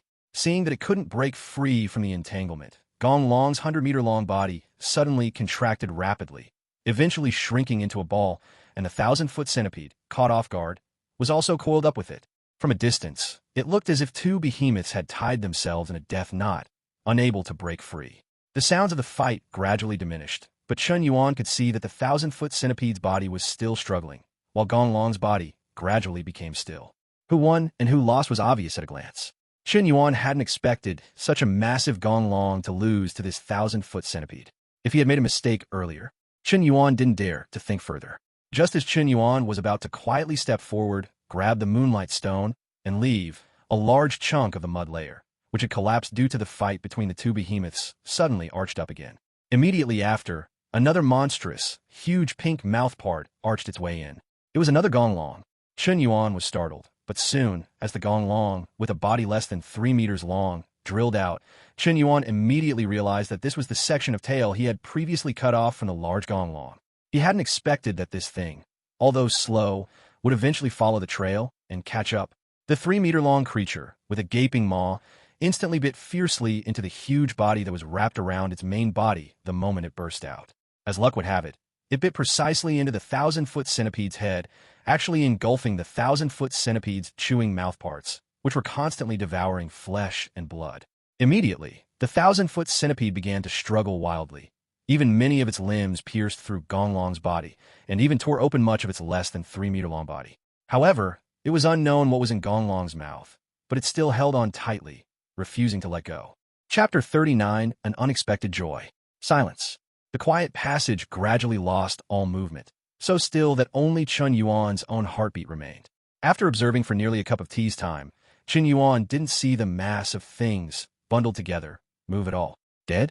With this question in mind, Chen Yuan observed for another cup of tea's time, finally confirming that these two massive creatures were, most likely, truly dead. With caution and anticipation in his heart, Chen Yuan tiptoed closer to the two intertwined behemoths. The moonlight stone was not far from them, and he had to retrieve it. As he continuously approached, Chen Yuan's heart also began to beat faster. Finally, when Chen Yuan successfully picked up the moonlight stone that had fallen to the ground, he was less than 3 meters away from the two ferocious and gigantic creatures. Chen Yuan could even feel the terrifying aura emanating from these two behemoths. Holding the moonlight stone in one hand and the green peak sword in the other, Chen Yuan cautiously took a few more steps forward, finally stopping about a meter away. Clink, clink, clink. A crisp tapping sound rang out as Chen Yuan struck the tough carapace of the 1,000-foot centipede with his green peak sword. He waited for a moment, but there was still no movement. They were truly dead. Chen Yuan completely relaxed, carefully examining the moonlight stone, reflecting its light. The arch-dragon was covered in yellowish mud, looking very dirty, but the 1,000-foot centipede's body still had a dark red carapace with a bronze luster, showing that its body was absolutely very tough. He just didn't know how such a tough creature was killed by the arch-dragon. With a curious mindset, Chen Yuan took 2 steps forward and slowly cut an opening along the part where the arch-dragon had swallowed the 1,000-foot centipede's head with his green peak sword. As the opening continued to tear, the arch-dragon's ferocious mouthparts lost their support and finally slid to the side, revealing the 1,000-foot centipede's head within. Seeing the revealed head, Chen Yuan immediately gasped. On the 1,000-foot centipede's head, there were 2 large holes, each as thick as an adult's arm, with dark green mucus oozing from within. He looked at the fallen arch-dragon's mouthparts again, and indeed, like a venomous snake, 2 huge and sharp teeth were hidden within. It was these 2 things that pierced through the 1,000-foot centipede's hard carapace, injecting corrosive or poisonous liquid into it, leading to the 1,000-foot centipede's death. Oh! Chen Yuan, who was examining the arch-dragon's huge teeth, suddenly let out a soft exclamation. The next moment, Chen Yuan reached his green peak sword into the yellowish mud below the arch-dragon's mouthparts. With a slight poke, a fist-sized, stone-like object fell onto the ground nearby. Through the large amount of yellowish dirt clinging to it, one could vaguely discern that underneath it was something that emitted a faint glow. Just now, the light from the moonlight stone in Chen Yuan's hand had accidentally swept over it, causing that area to reflect a glimmer of light, which is how Chen Yuan noticed it. He then used the green peak sword to push some surrounding soil over it. Chen Yuan stomped on it a few times with his foot, confirming that all the dirt on it had been wiped off before picking it up. As the dirt was cleaned off, the object's inner appearance was immediately revealed. It was a fist-sized, translucent, crystal-like item. Moreover, holding it in his hand, Chen Yuan could vaguely feel that it seemed to contain pure energy. This thing seemed to be very beneficial to him. However, Chen Yuan didn't recognize this item. Not daring to try it rashly, Chen Yuan simply put it into his system space. Immediately after, his gaze fell upon the 2 massive creatures. The black dried meat that Chen Yuan had bitten into but couldn't eat when he first transmigrated, according to Uncle Mo and others, was the dried meat of this arch-dragon. Now, not only was there such a huge arch-dragon in front of him, but there was also a 1,000-foot centipede over 20 meters long. Just abandoning them seemed a bit wasteful. However, looking at the arch-dragon covered in yellowish mucus, Chen Yuan ultimately gave up the idea of taking the arch-dragon with him. Instead, he quickly used his green peak sword to cut and gradually separate the 1,000-foot centipede's massive body from the arch-dragon's embrace. This process was very long, lasting for nearly an incense stick's time, before Chen Yuan finally managed to separate these 2 behemoths.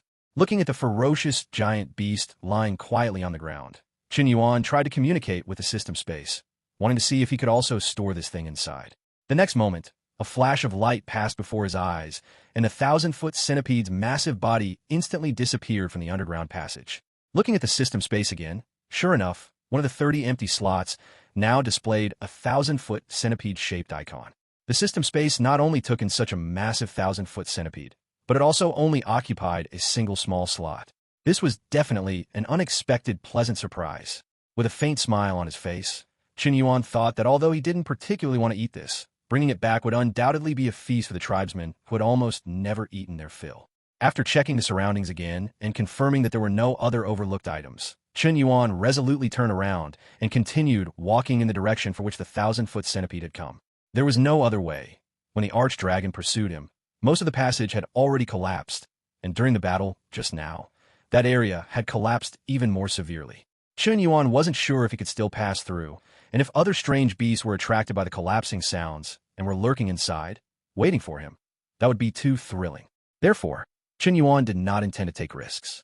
Fortunately, along the way, Chen Yuan had somewhat estimated the direction he was running in, so finding his way back shouldn't be a big problem.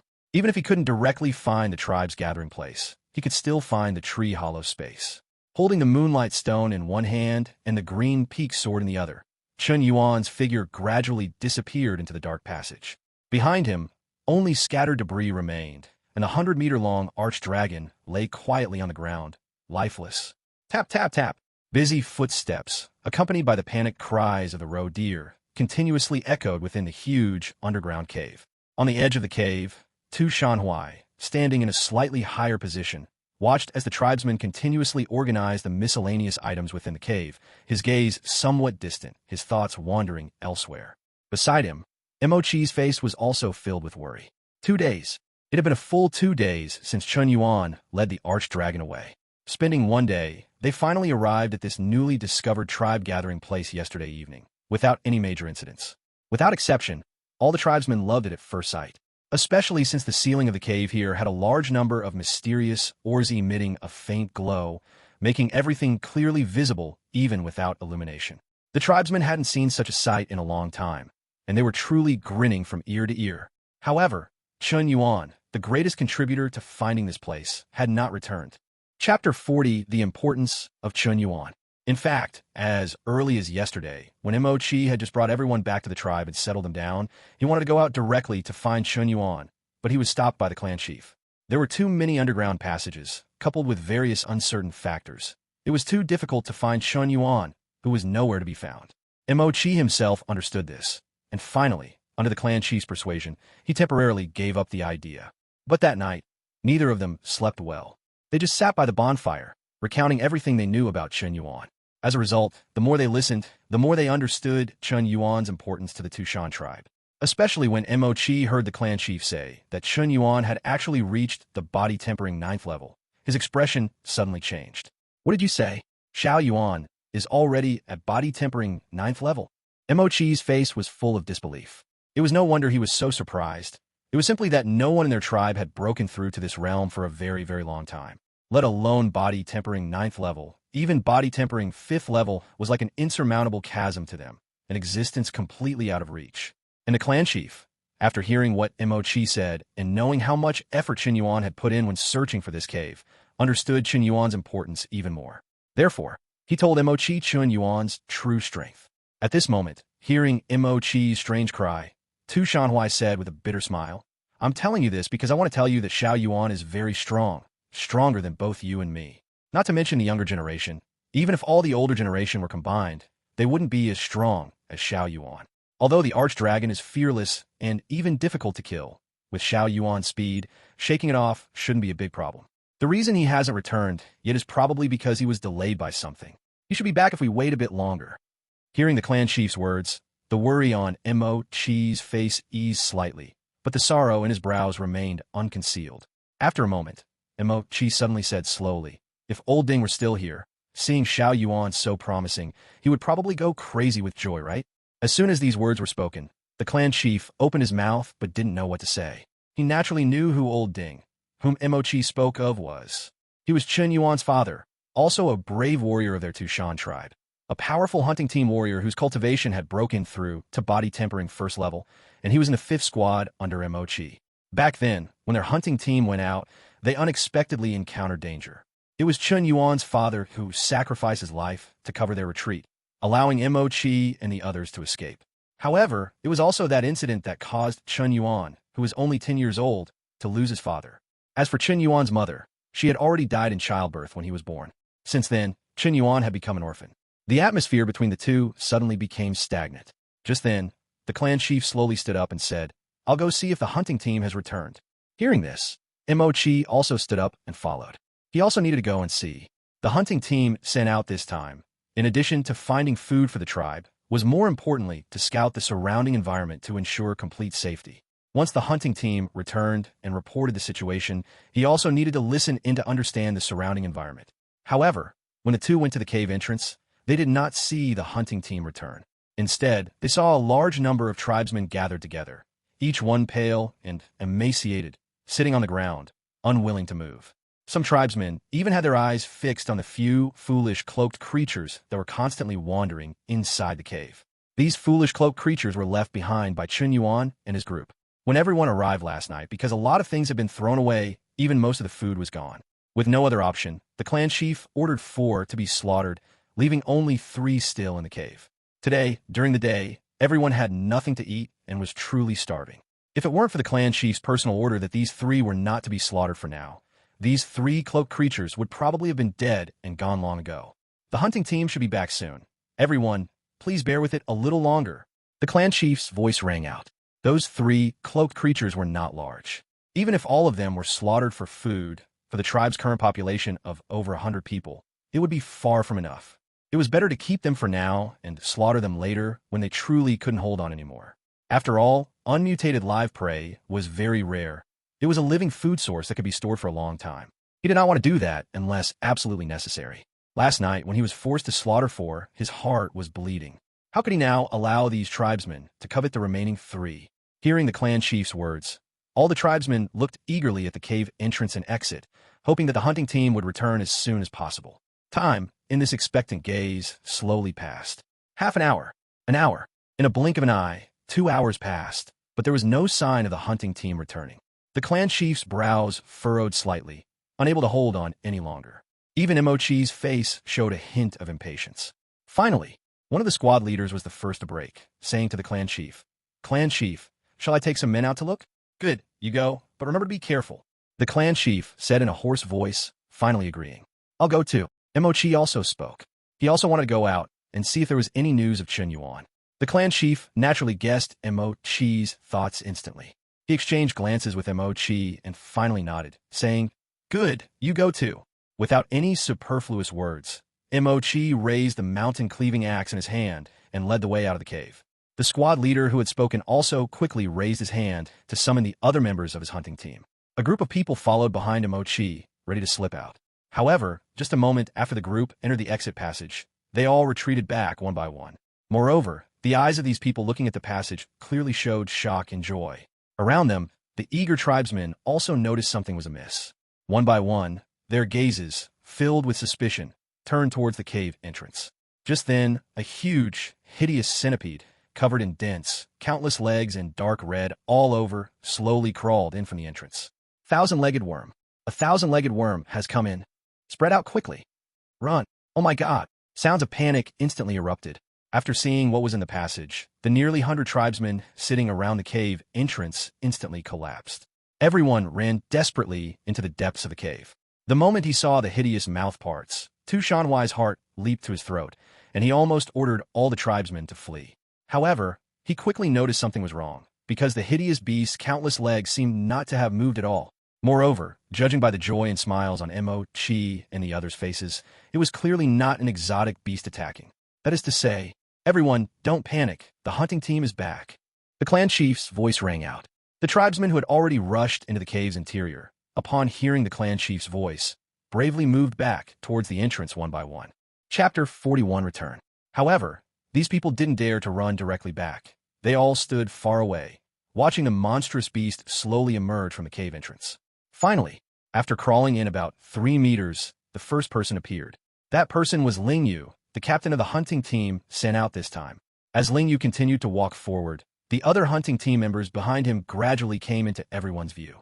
Only at this moment did everyone realize that the terrifying and monstrous thousand-legged worm was actually being carried back by them. Ling Yu, what's going on?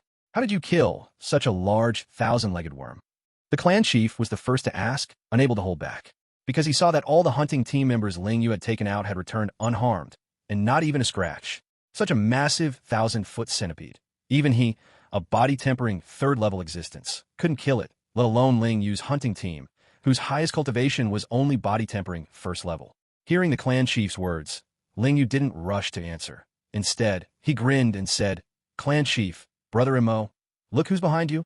At these words, everyone instinctively looked towards the cave entrance.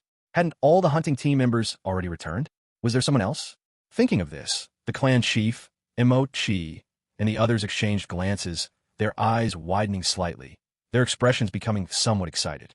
Amidst their excitement and the tense, curious gazes of the other tribesmen, Chen Yuan, wrapped in a beast hide, bare-chested, and holding 2 swords, slowly walked in from the cave entrance. It really was Chen Yuan. The clan chief and Mochi instantly couldn't hold back and rushed towards the cave entrance, even pushing the recently returned hunting team members aside. "Are you all right?" Xiao Yuan, how are you? The concerned voices of the clan chief and Uncle Mo rang out one after another, their gazes constantly scrutinizing Chen Yuan.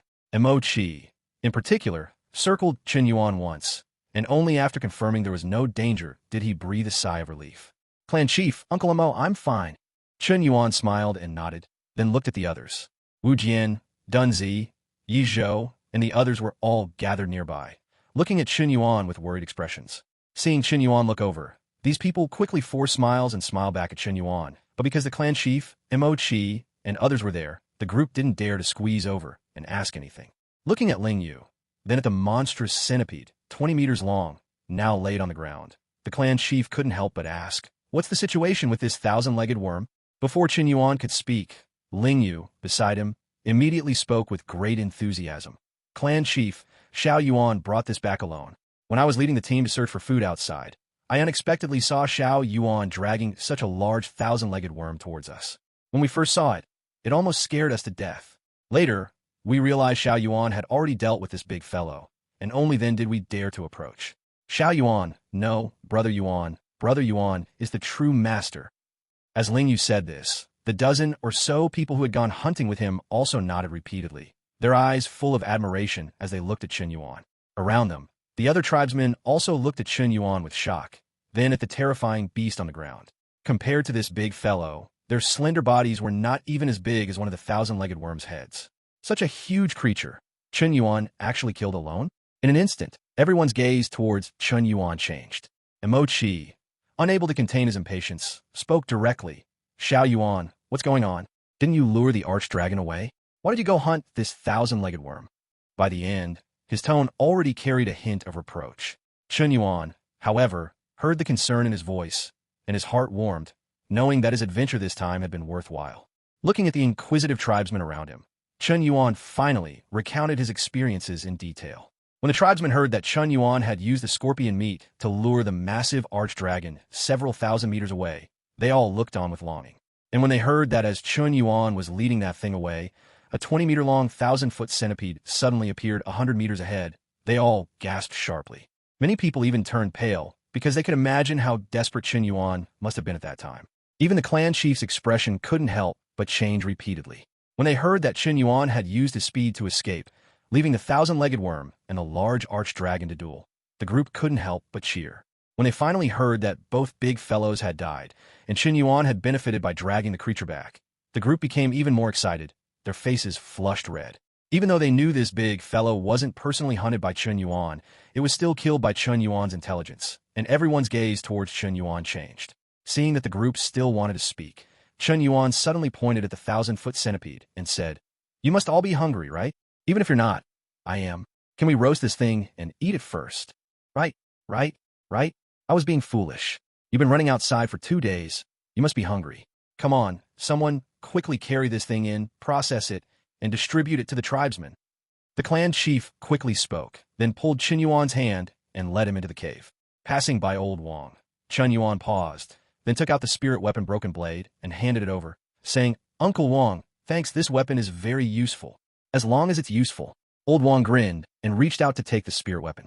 Seeing that the tribesmen couldn't handle the 1,000-foot centipede, Old Wang took the spirit weapon and walked over, helping to dismember the 1,000-foot centipede. Meanwhile, Chen Yuan was led by the clan chief to a campfire and sat down. The other ordinary tribesmen moved away, leaving the campfire for the clan chief and others. Mo Chi, Dun Zi, Wu Jian, Yi Zhou, and the others all gathered around, looking at Chen Yuan with expectant faces, seemingly still waiting for Chen Yuan to continue telling the rest of the story. Chen Yuan could only smile wryly and say, "That's it."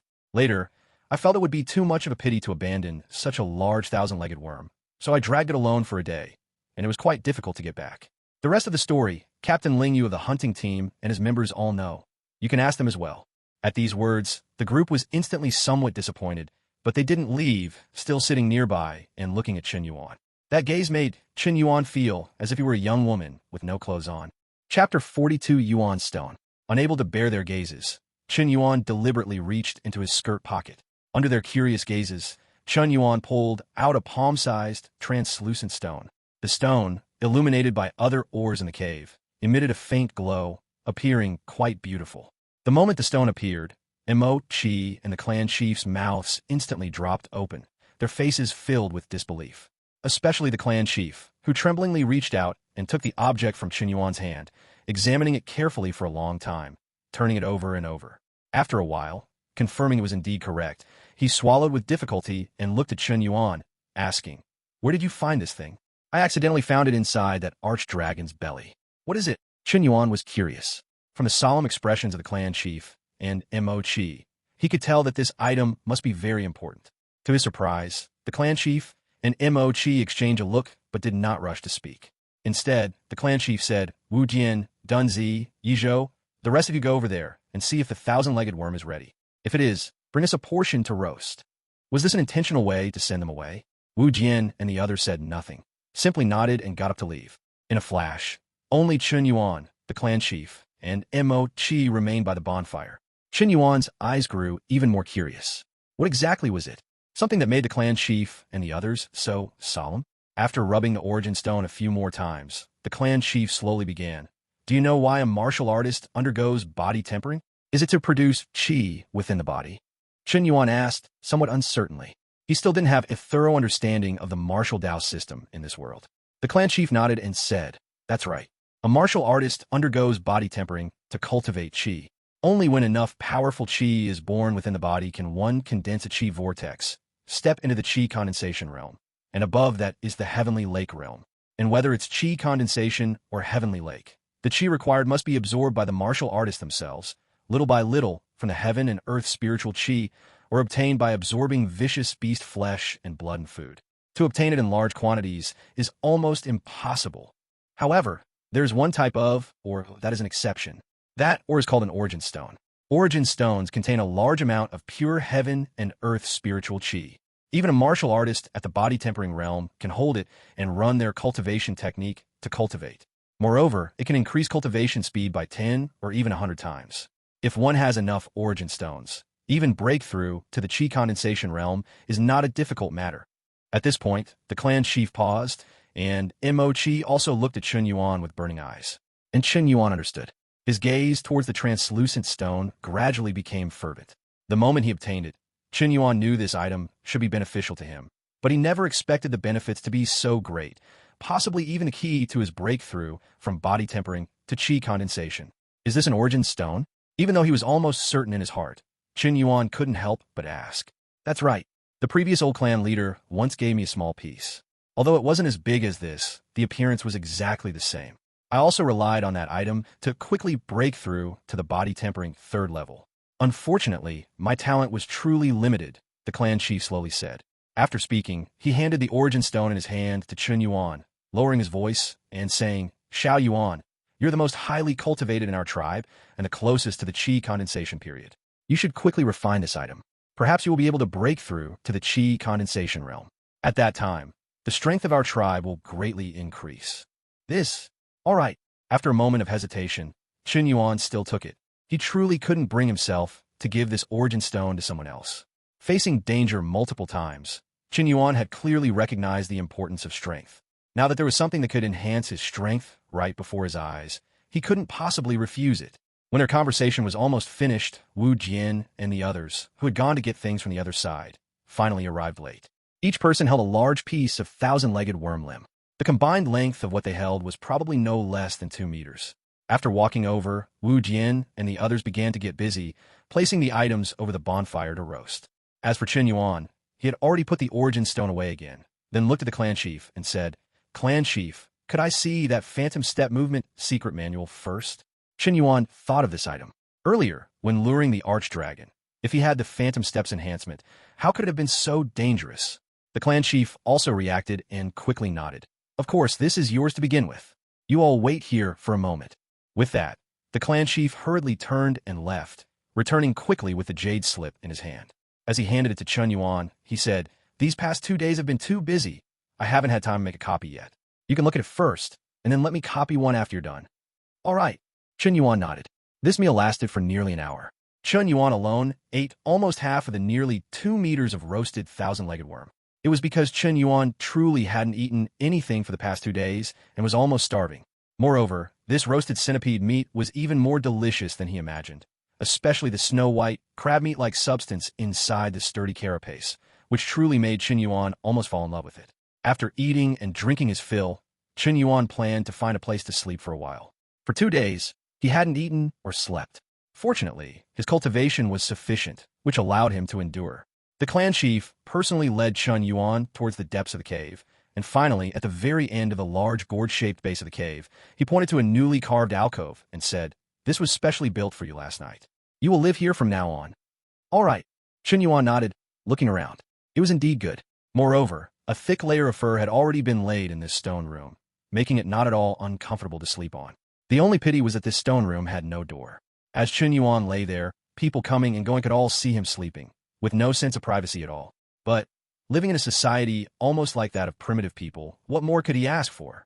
The only thing that made Chen Yuan feel relieved was that this was the innermost part of the cave. Apart from a few hunting team captains and the clan chief, no one else would come in, which made Chen Yuan quite satisfied. Chen Yuan didn't know how long he had slept, until he felt refreshed and all the soreness in his body had disappeared. Then he yawned and got up. In the distance, flickering firelight and the low murmurs of the tribesmen could still be faintly seen and heard within the cave. After sitting for a moment, Chen Yuan got up and slowly walked towards them. "I'm sorry, I cannot fulfill that request."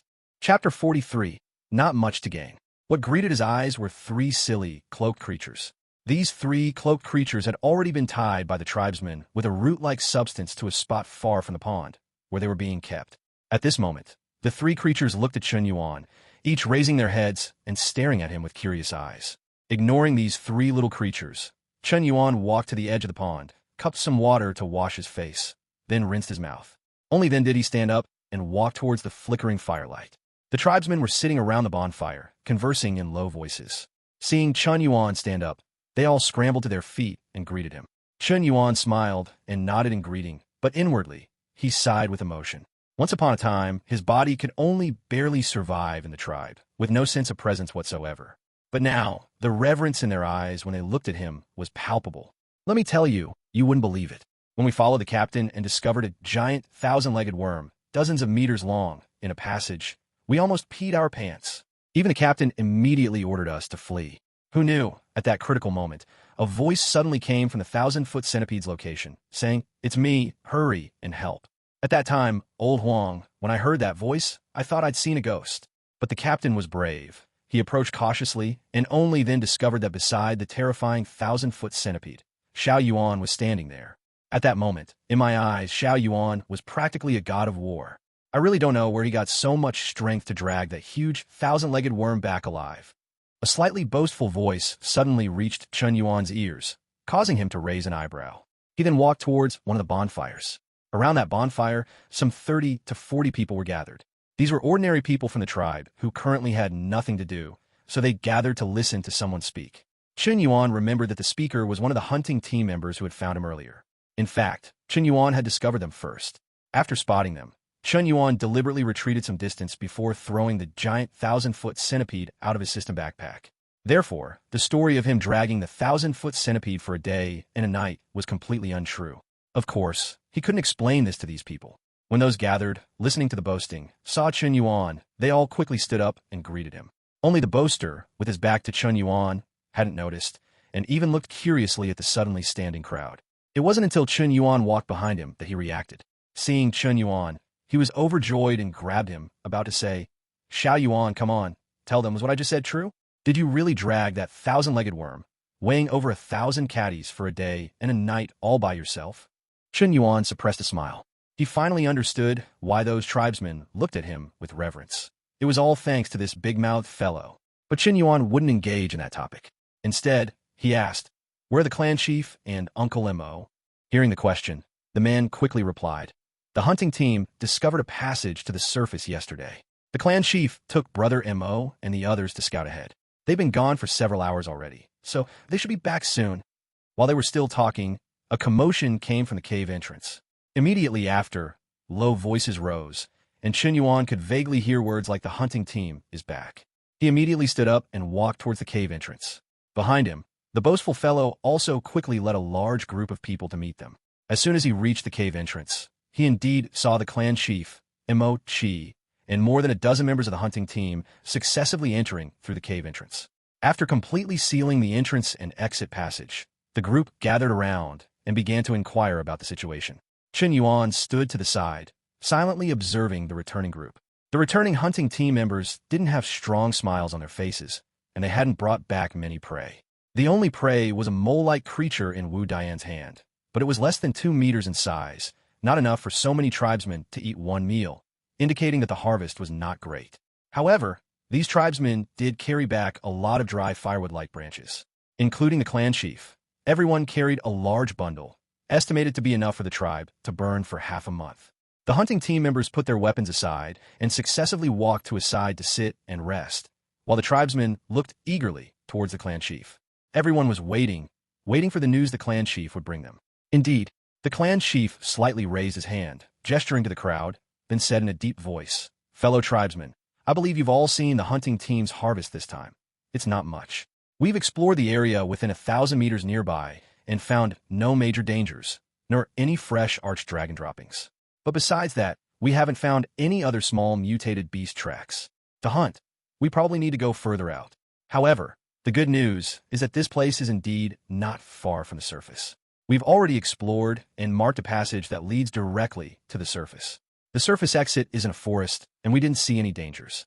From now on, the tribe's firewood should not be in short supply, so everyone can rest assured." After saying this, the smile on the clan chief's face faded a little, and he also walked to the bonfire to rest. Although the surrounding tribesmen still wanted to ask something, seeing that the clan chief didn't want to talk for the time being, they wisely left. Some tribesmen went back to their own tasks, while others began to take the mole brought back by the clan chief and others to the pond for processing. Although this wasn't enough for the tribesmen's dinner tonight, don't forget that there was still a lot left of the giant 1,000-legged worm Chen Yuan brought back yesterday. Except for Chen Yuan and those who ate more, the remaining tribesmen were actually quite frugal, and each person didn't eat much yesterday. Aside from Chen Yuan and others who ate nearly 2 meters yesterday, the remaining 100-plus tribesmen only ate less than 10 meters, leaving about 5 or 6 meters in length. Plus the poisonous scorpion Chen Yuan hunted during the migration earlier, and now the mole meat. The tribesmen certainly wouldn't go hungry today. In fact, if they were careful, they would even have lunch for tomorrow. Looking around, Chen Yuan turned and walked towards the bonfire where the clan chief and the others were. Chapter 44, Cultivation. Seeing Chen Yuan approach, all the hunting team members, including the clan chief and others, forced a smile onto their faces. Influenced by the clan chief and others, coupled with Chen Yuan's previous actions of luring the archdragon to save the tribesmen and bringing back food yesterday, it can be said that all the hunting team members now hold Chen Yuan in immense admiration and gratitude.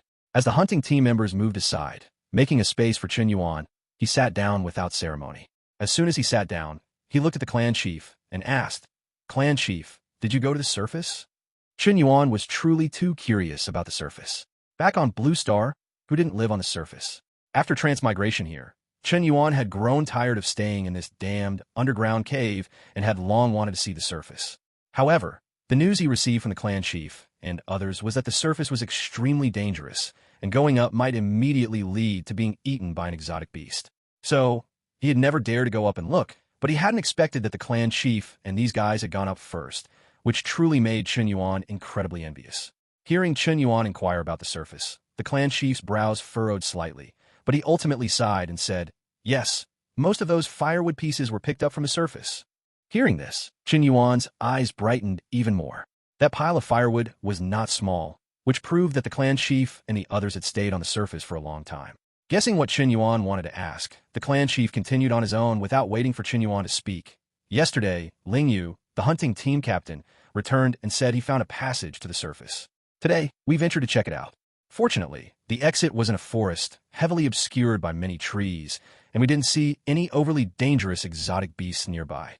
Coupled with the fact that there wasn't much dry wood left in the tribe, we risked going out to collect some, but it was only for less than the time it takes to drink a cup of tea.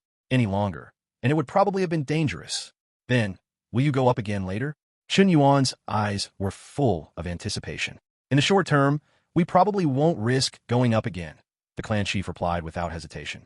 As soon as these words were spoken, a hint of disappointment appeared in Chen Yuan's eyes. He wanted to bring up the matter of going up, but seeing the clan chief's resolute attitude, Chen Yuan could only temporarily give up that idea. After waiting for a while, Chen Yuan ate a meal with the clan chief and the others. After eating, Chen Yuan found an excuse to return alone to his small cave. He dug a few times above the small cave, and, after creating a groove, Chen Yuan embedded a piece of moonlight stone scrap that he had conveniently picked up from Old Wang earlier. Immediately, the entire stone chamber became much brighter. This stone chamber was over 2 meters high and extended almost 2 meters inward. He didn't know how the clan chief and the others had dug it out, but for living, it was more than enough. Sitting cross-legged on the soft animal hide, Chen Yuan took out the origin stone from the system backpack again, held it in his hand, and began to use it according to the method taught by the clan chief.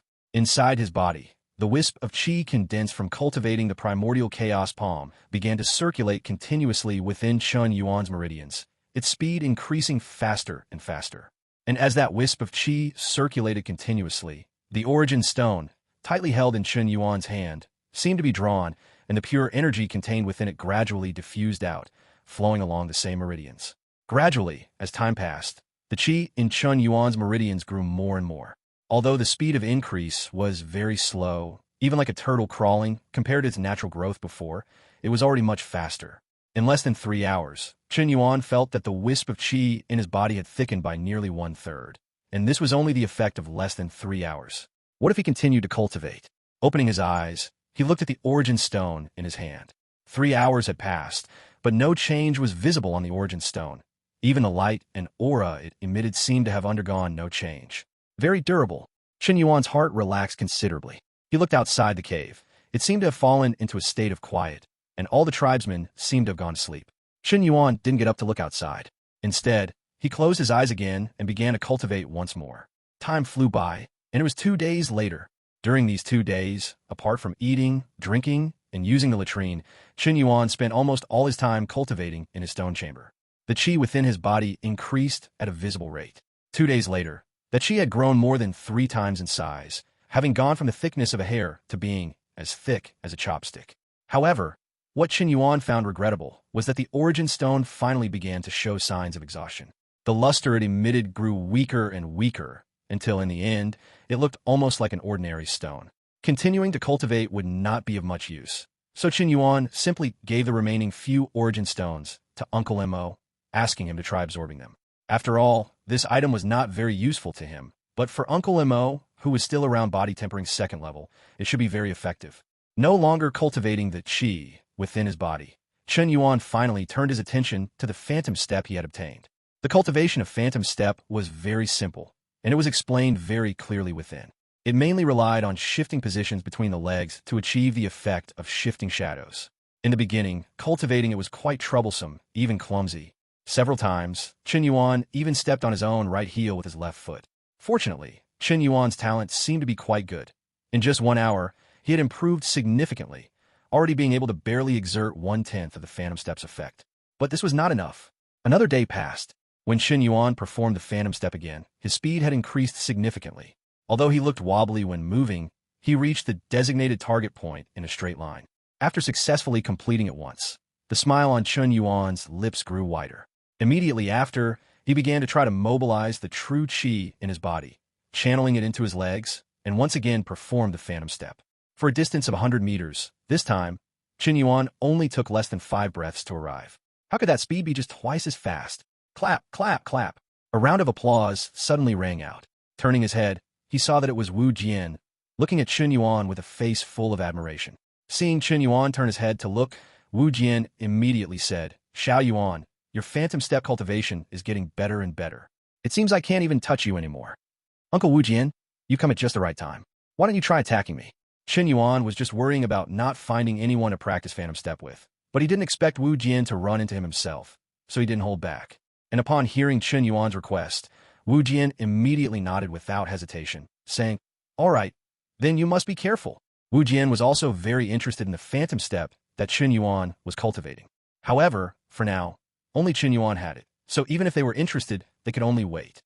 Now that he could test the power of the phantom step first, he naturally didn't want to miss the opportunity. Chapter 45, Food Shortage. Wu Dian's body slowly hunched over, leaning forward, his hands instinctively reaching out in a phantom grasp. This was the exclusive hunting stance used by their hunting team when out hunting, but now it was being used against Chen Yuan. Chen Yuan didn't mind, simply keeping his eyes fixed on Wu Jian, waiting. The next moment, Wu Jian let out a low growl from his throat, and his entire body swiftly lunged towards Chen Yuan. Wu Dian's speed was very fast, yet in Chen Yuan's eyes, it seemed to slow down several times, like a slow-motion replay, causing Chen Yuan's brows to furrow slightly. Too slow. Therefore, Chen Yuan simply stood still, showing no signs of moving. Meanwhile, Wu Dian's hands were almost directly at Chen Yuan's throat. Seeing that Chen Yuan still showed no sign of dodging, he quickly moved his hands aside, grabbing towards Chen Yuan's shoulder to avoid accidentally injuring Chen Yuan. However, just as he was about to move his shoulder, he saw Chen Yuan take a light step to the left. It was a seemingly insignificant step that caused Wu Jian to instantly miss, and he continued to rush forward several steps due to inertia before stopping.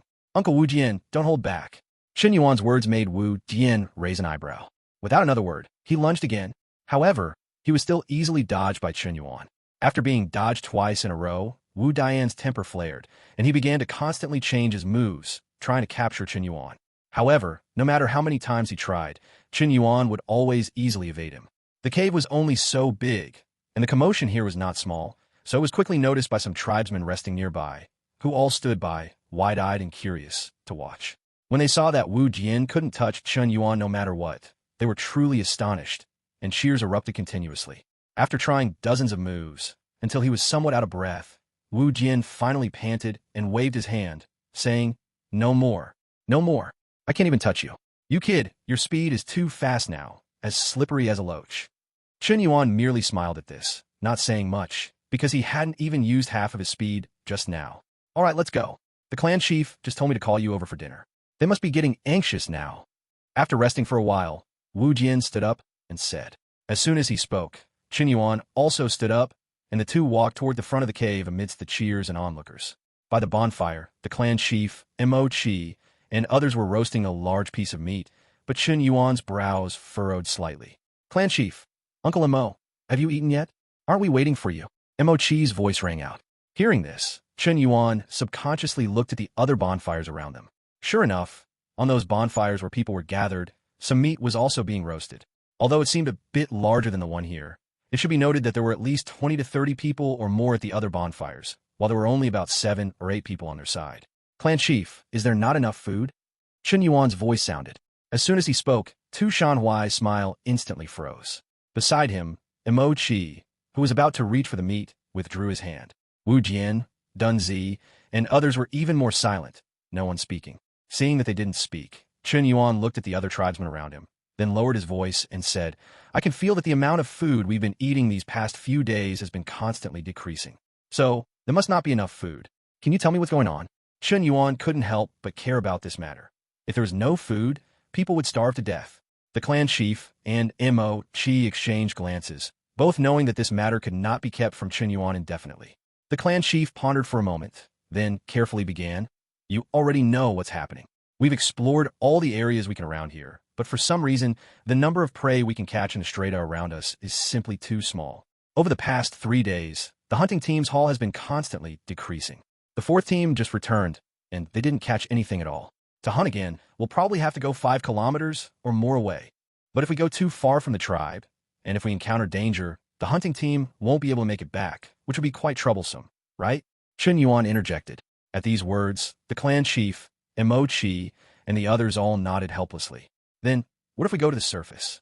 Chen Yuan spoke again, his tone even carrying a hint of expectation. Beside him, the clan chief's brows merely furrowed slightly at these words, but he fell silent. If it had been before, he would probably have stood up immediately to object. It seemed that things must truly be at a critical juncture now. Chen Yuan's eyes flickered, and he suddenly spoke earnestly. "Clan chief, our hunting team faces great risks hunting on the surface. Don't we face risks underground as well? The reason you object to us going to the surface is simply because you think our strength is too weak, but that was in the past. Now, I wouldn't dare say my strength is incredibly high, but at least if we encounter a typical mutated beast, I can put up a fight, right? Even if we can't defeat it, at the very least, protecting the hunting team members and escaping back shouldn't be a big problem. If we really encounter danger, we could just immediately dive back underground. I believe those guys on the surface won't easily chase us in. How about we give it a try?" As soon as Chen Yuan spoke these words, not to mention the clan chief, even Mo Chi, and even Wu Jian and the others around them, were all visibly moved. The reason they had been hesitant to go to the surface was precisely because they were worried that their strength was too low to contend with the dangers above, wasn't it? Now, with Chen Yuan, although they couldn't say how strong Chen Yuan was, his reactions were always faster than theirs. If there was real danger, they could just escape immediately. More importantly, they had actually been to the surface before, and more than once. It was just that the tribesmen within the tribe were unaware of it. Clan Chief, why don't we try it? Mo-Chi ventured to say. Beside him, Wu Jian, Dun Zi, and others also spoke up, urging, Clan Chief, why don't we give it a try? Instead of waiting here die, why not go up and see? Besides, it's not like there's danger every single moment up there. If we observe carefully before going out, it shouldn't be a big problem. Tu Shanhui was speechless. It was hard for him to say no, because the tribesmen hadn't had a full meal in nearly 2 days. If this continued, the tribesmen would probably start complaining, and it would be very troublesome for him to manage them then. With this in mind, Tu Shanhui finally said, Very well, then let's go up and see. I will personally accompany you all to see. Clan Chief, you should stay in the tribe to oversee things. I'll take Xiao Yuan and the others up. I've already seen that passage, and I'm very familiar with it. Mo-Chi said, All right then, call Ling Yu and the others as well. More people mean more safety, and if we encounter a mutated beast, we can at least put up some resistance. The clan chief mused. Okay. Everyone quickly nodded, and Chen Yuan did the same, even with a hint of smile on his face. Finally, he could go see the world on the surface. Chapter 46, Going to the Ground. That night, the clan chief, Mo-Chi, and others tossed and turned, unable to sleep. One could even hear occasional sighs from the clan chief. Chen Yuan likewise had no sleepiness. Compared to the worries of these people, Chen Yuan was excited. Chen Yuan didn't know when exactly he drifted off to sleep, only that Wu Jian woke him up early the next morning. When Chen Yuan finished washing up and walked to the cave entrance, both Captain Ling Yu and Captain Mo-Chi were already fully prepared. Not only them, but Chen Yuan also saw the captain of Hunting Squad 1 and the captain of Squad 2, two individuals whose strength had reached body tempering first level, among them.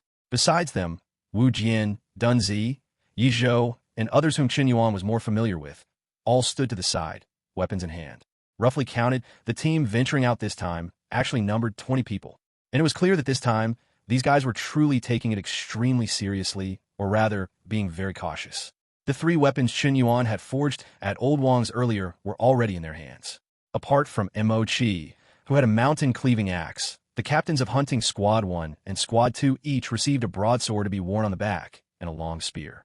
The shaft of that long spear was made of some unknown wood, looking to be of good quality, while the spearhead, Chen Yuan recognized at a glance, was one he had forged himself. He looked at the others and found that besides the long spears they held, they also carried the rusty weapons they normally use for hunting, showing their carefulness for this expedition. After thinking for a moment, Chen Yuan suddenly walked towards Old Wang in the crowd of onlookers. Uncle Wang, can I borrow your spirit weapon again? I'll bring you back a hunted animal as a thank you. Chen Yuan said with a smile. No problem. Old Wang seemed to have known Chen Yuan would need it, as he directly reached out and handed over the broken spirit weapon blade, indicating he had been holding it the whole time.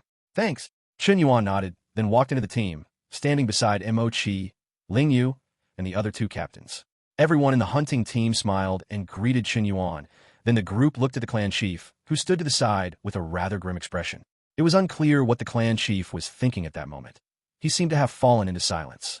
Everyone waited for a while before the clan chief slowly spoke. Mo-Chi, Ling Yu, Xiao Yuan, remember, you must pay attention to your own safety. It doesn't matter if you don't catch any prey. If you feel something is wrong, leave immediately, understand? Okay. Yes. Understood. Everyone quickly agreed.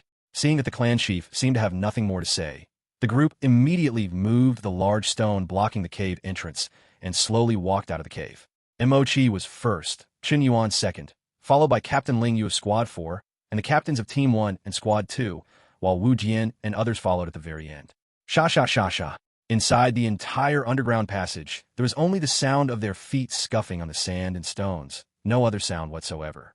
At both ends of the passage, apart from the faint light emitted by the moonlight stones in their hands, nothing else could be seen.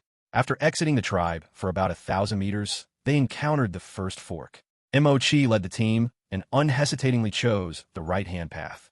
After walking a few hundred meters, they then chose the left-hand path. This time, Chen Yuan paid a little attention. It turned out that at the entrances of both chosen passages, there were piles of stones as markers. After walking another 1,000 meters forward, the entire team suddenly began a long period of climbing uphill, clearly continuously approaching the surface. After walking for a while, Chi, who was at the very front, suddenly lowered his voice and said, "Less than 200 meters ahead is the surface exit. Everyone, be careful, and absolutely do not make any noise." At these words, everyone's expressions tightened, and they all became noticeably more cautious, even unconsciously slowing their breathing. And Chen Yuan, meanwhile, instinctively checked again for any system prompts. Fortunately, there were none. Even without being close to the outside, Chen Yuan could already confirm that there shouldn't be any existence he couldn't contend with out there. If there was something that would endanger his life, the system would have already prompted him. Sha sha sha sha. The sound of feet treading through the mud continued to echo as everyone slowly ascended. Gradually, wind appeared in the passage. The wind blowing in their faces made the hair on their foreheads sway, and within the wind, there seemed to be a faint scent of green grass.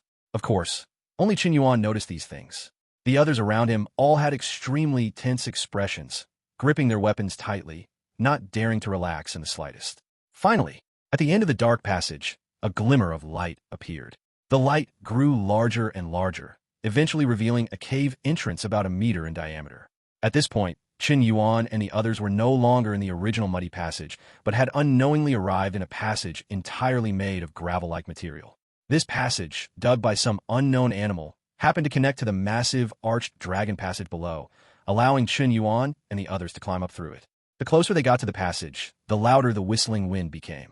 When the group reached the passage exit, everyone instinctively paused. Ling Yu even bypassed Chen Yuan directly, coming to the cave entrance to carefully observe the surroundings with Chi. Although most of it was blocked, through the gaps, Chen Yuan could still discern that their passage exit was likely within some rocky mountainside, because what they saw ahead was not ground, but a forest, and the roots of the trees were not visible. This meant their current location was likely at a relatively high elevation. After Chi and Ling Yu observed for a while, Ling Yu walked back. Chen Yuan immediately eagerly stepped forward, taking Ling Yu's place, straining his neck to look outside. Lush, towering ancient trees swayed in the wind. This was actually a massive old forest where every tree was 100 meters tall and several meters thick. Their canopies blocked out the sun, preventing Chen Yuan from even seeing the sky above. However, it was clear that it was a sunny day outside, as he could see sunlight filtering through the canopies in the distance, shining on the grassy ground of the forest. Caw-caw! Suddenly, a low, strange cry came from among the canopies. Chen Yuan quickly looked and realized that among these canopies, there were dozens of strange birds, each the size of a peregrine falcon, with blackish-brown feathers. These birds resembled mynas, but were more than 10 times larger. In Chen Yuan's observation, these birds occasionally flew and danced, chasing and playing with each other, looking quite lively. After observing for a while, Chen Yuan cast his gaze further into the distance, but alas, it was nothing but trees and more trees. Primeval forest. Besides these two words, Chen Yuan couldn't find anything to describe the scenery outside. "All right, Xiao Yuan, you all stay here and don't move for now. I'll go out and take a look. If there's no danger, I'll signal you," Chi said in a low voice. "Wait, Brother Mo, let me go. I've been out here twice already, so I'm a bit more familiar." Ling Yu's voice rang out. "No, your cultivation is too low. It's safer if I go." Before Chi could finish speaking, Chen Yuan, who was beside them, suddenly lowered his voice and said, "Your cultivation levels are too low. If you encounter danger, you won't even be able to run away. Wait for me here. I'll go down and check first." With that, without even waiting for Chi and the others to reply, he directly leaped down towards the exit. Chapter 47: The World on the Ground. Behind him, Chi, Ling Yu, and others were startled and quickly chased to the exit, looking outside. However, they saw Chen Yuan exit the cave and, by leveraging some rocks at the bottom of the entrance, bounced twice and easily landed on the ground. After landing, Chen Yuan looked back at the cave entrance, confirming it was indeed amidst a pile of rocks, well concealed by surrounding bushes and on higher ground, so there should be no danger. Relieved, Chen Yuan waved towards the cave entrance, signaling to everyone not to worry, then turned his head and continued to survey the vast jungle before him. Completely different from what he saw inside the cave, standing on the ground, Chen Yuan could see the blue sky, white clouds, an endless expanse of towering ancient trees, and the continuous mountain ranges in the direction behind him. On one side were endless mountains with their continuous ranges, while on the other was a lush, dense jungle. The scenery on both sides was different, yet they connected so naturally. Without time to marvel at the wonders of nature, Chen Yuan looked up again at the dozens of starling-like birds perched in the treetops. He noticed they were still chasing and playing, with only a few turning their heads curiously to stare at Chen Yuan after seeing him. But that was all. There should be no danger. Chen Yuan breathed a sigh of relief and began to survey the surrounding jungle. Just then, Chen Yuan's heart skipped a beat, and his left foot subconsciously dodged to the side. It was a step that instantly moved Chen Yuan from his original position. Almost simultaneously, a python as thick as an adult's thigh suddenly shot out from the grass beside Chen Yuan's feet. The python missed, landing where Chen Yuan had been, then turned its body and lunged at Chen Yuan again. This python, only as thick as an adult's thigh and less than 3 meters long, dared to attack him? Chen Yuan almost laughed in anger. This time, he didn't dodge, and the green-peaked sword instantly left its sheath. With a flash of sword light, the lunging python instantly lost its head. Its headless body fell onto the nearby grass, beginning to struggle and writhe. Chen Yuan didn't pay it much mind. He just glanced at it and then looked at the surrounding grass, wary of being ambushed by other venomous snakes or similar creatures. Fortunately, apart from this one python, no other animals were seen in the vicinity. He looked back and saw Uncle Mo, Ling Yu, and others at the cave entrance staring at him nervously. Chen Yuan waved his hand to indicate there was no need to worry. Then, holding the green-peaked sword, slowly walked towards the towering ancient tree about 10 meters ahead. The closer he got, the more nervous Chen Yuan became. He hadn't forgotten the time he nearly met his end in the underground cave because of a 100-year-old tree spirit. Fortunately, the towering ancient tree on the ground seemed to be just an ordinary large tree. Even when Chen Yuan stood before it, even when his hand touched its rough bark, no danger occurred. The ground doesn't seem that dangerous. Ding! Congratulations, host, for slaying a python cub. Experience plus 10. System points plus 10. A clear and pleasant notification sound suddenly rang out. Chen Yuan turned his head to look at the headless snake corpse lying on the ground, realizing it had indeed stopped struggling and must have just died. Chen Yuan's lips gradually curved upwards. Slaying this ordinary python indeed yielded system points and experience. Last time, when he slew the cloaked creatures, the system also gave points, but Chen Yuan hadn't noticed at the time. He only later realized the experience had genuinely increased. This shows that even slaying ordinary animals can yield a large number of points. It's a pity that the arch-dragon and the 1,000-legged worm from last time weren't killed by him. Otherwise, who knows how many more points and experience he could have gained. Thinking of this, Chen Yuan subconsciously glanced at the system panel. Host, Chen Yuan. Age, 16. Identity, one of the Tushan tribe hunting team members. Cultivation, body tempering 9th level. Experience, 780/1000. Note, when experience is full, host can advance 1 level. System points, 290. Items owned, green peak sword, damaged spirit weapon fragments. The points did increase, and the experience also increased.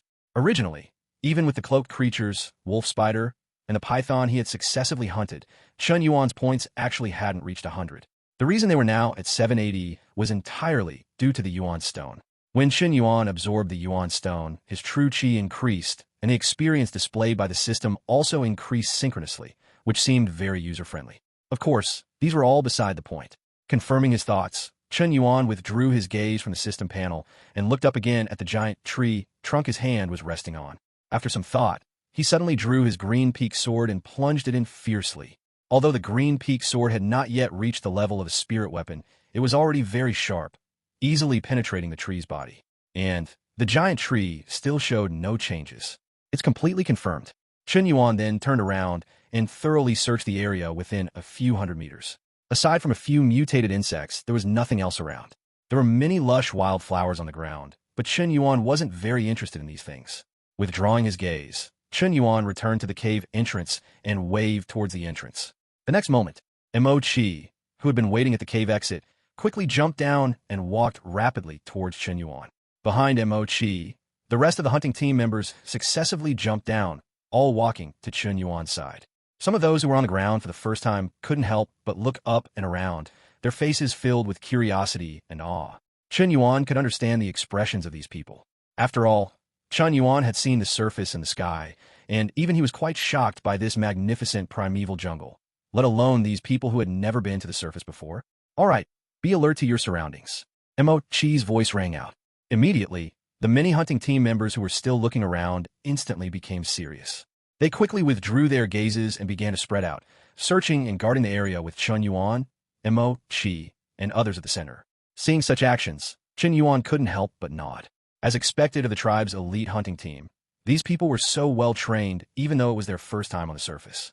If Chen Yuan knew that nearly half of these people had actually been to the surface before, he probably wouldn't have thought that. Even so, the professionalism these people displayed at this moment filled Chen Yuan with confidence for the upcoming hunt. Alright, next, everyone will use this forest as a center, form teams of 4, and spread out to search the surroundings. See if there are any prey. Remember, be extremely careful. Even if you see prey, do not hunt it. Come back and inform us, and we will act together. Mo-Chi's lowered voice rang out. Everyone nodded silently, then naturally formed 4 small teams and spread out. Only Chen Yuan, Mo-Chi, Ling Yu, and Wu Jian remained in place. Chapter 48 Edible New Things. With others on guard around them, Mo-Chi and the rest visibly relaxed a bit. Mo-Chi even clapped Chen Yuan on the back and complained in a low voice, "When I saw that python ambush you from up there just now, it nearly scared me to death. You can't play around like that anymore." As he spoke, Mo-Chi even kicked the motionless python corpse lying on the ground with his foot. Chen Yuan secretly wished more pythons like this would appear, so he could advance quickly. Of course, while he thought that, he didn't dare to say it aloud, only nodding repeatedly to show he understood. Mo-Chi then nodded in satisfaction. These big trees, they don't attack people. At this moment, Wu Jian had also made his way to a nearby large tree, looking up at the towering giant, whose canopy was almost invisible, his voice full of amazement. This forest hasn't mutated. None of them will attack people. We checked out last time we came up. Ling Yu's steady voice rang out. Let's go look around nearby, too. Chen Yuan suggested. He had finally come to the surface, and he didn't want to just stand there watching these people marvel. Mo-Chi and Ling Yu exchanged glances and both nodded. The 4 of them didn't split up. They quietly kept their bodies low and slowly walked deeper into the forest. It's worth mentioning that the python Chen Yuan had hunted was now slung over Wu Dian's shoulder. In his words, the meat of this big python was a good thing. What if it was left there and carried off by something else? The group gradually began to go deeper into the jungle. Underfoot, the verdant grassland had gradually transformed into a thick layer of decaying leaves. Their feet constantly made creaking sounds as they stepped on it. And occasionally, if they weren't careful, they might step down and squirt out a large patch of black water, causing Chen Yuan to frown deeply and feel an even greater nostalgia for the thing once called shoes. Unfortunately, thinking about such things was impractical now. Chen Yuan suppressed his thoughts and continued to observe his surroundings. "Oh, Brother Mo, look, what's that?" Wu Dian's voice suddenly rang out. The others quickly turned their heads to look, only to find Wu Jian pointing at a large, dead, and rotting tree trunk not far away, for reasons unknown. More precisely, he was pointing at the giant, ear-like fungi, each the size of a millstone, brownish-gray in color, growing on the tree trunk. These ear-like fungi densely covered the base of this large tree. A rough estimate suggested there were at least 100 of them. The moment Chen Yuan saw these things, his eyes lit up, and his gaze even held excitement. Mo-Chi and the others beside him didn't notice this. Mo-Chi even whispered, "I haven't seen anything like this that looks like human ears, but it's probably similar to the mushrooms we saw in the underground caves. They should be inedible.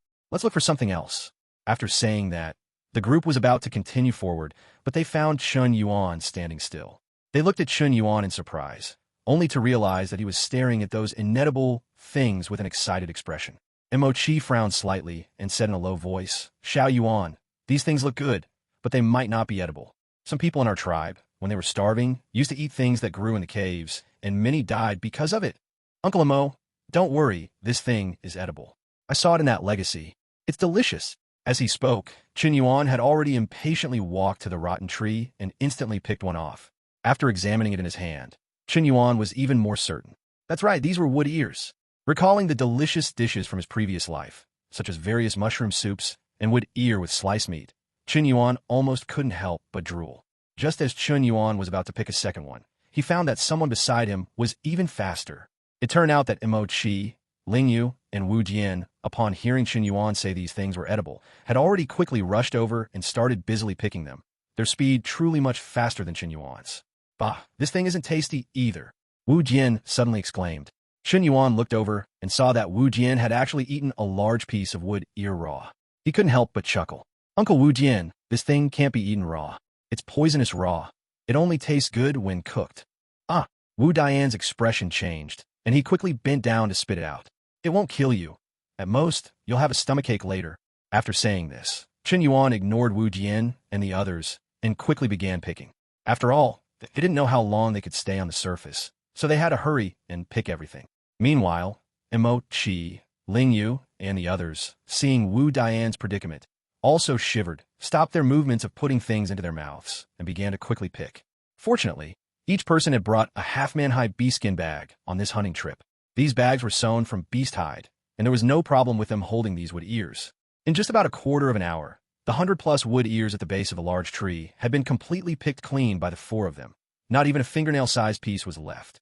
Heaven knew how excited Emo, Qi, and the others were. This was a newly discovered edible species. For so many years, underground, besides hunting insects and exotic beasts, or occasionally, if lucky, hunting a small archdragon, they were hungry most of the time. As for edible things on the surface, let alone eating them, they had never even seen them. Now that they had to pick as much as they could. Emo, Qi, and the others could even imagine the excited expressions of the clan chief and the tribe's tribesmen when they returned with these new foods. "Uncle Wu Jian, get down, you can't go up."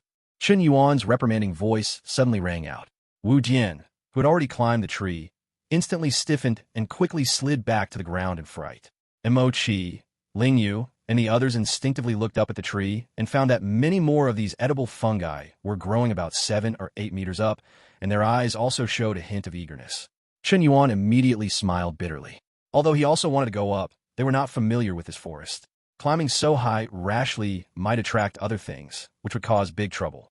After the regret, reason began to return. The group no longer looked at the things on the tree trunk, but instead looked around, hoping to find more wood ears nearby.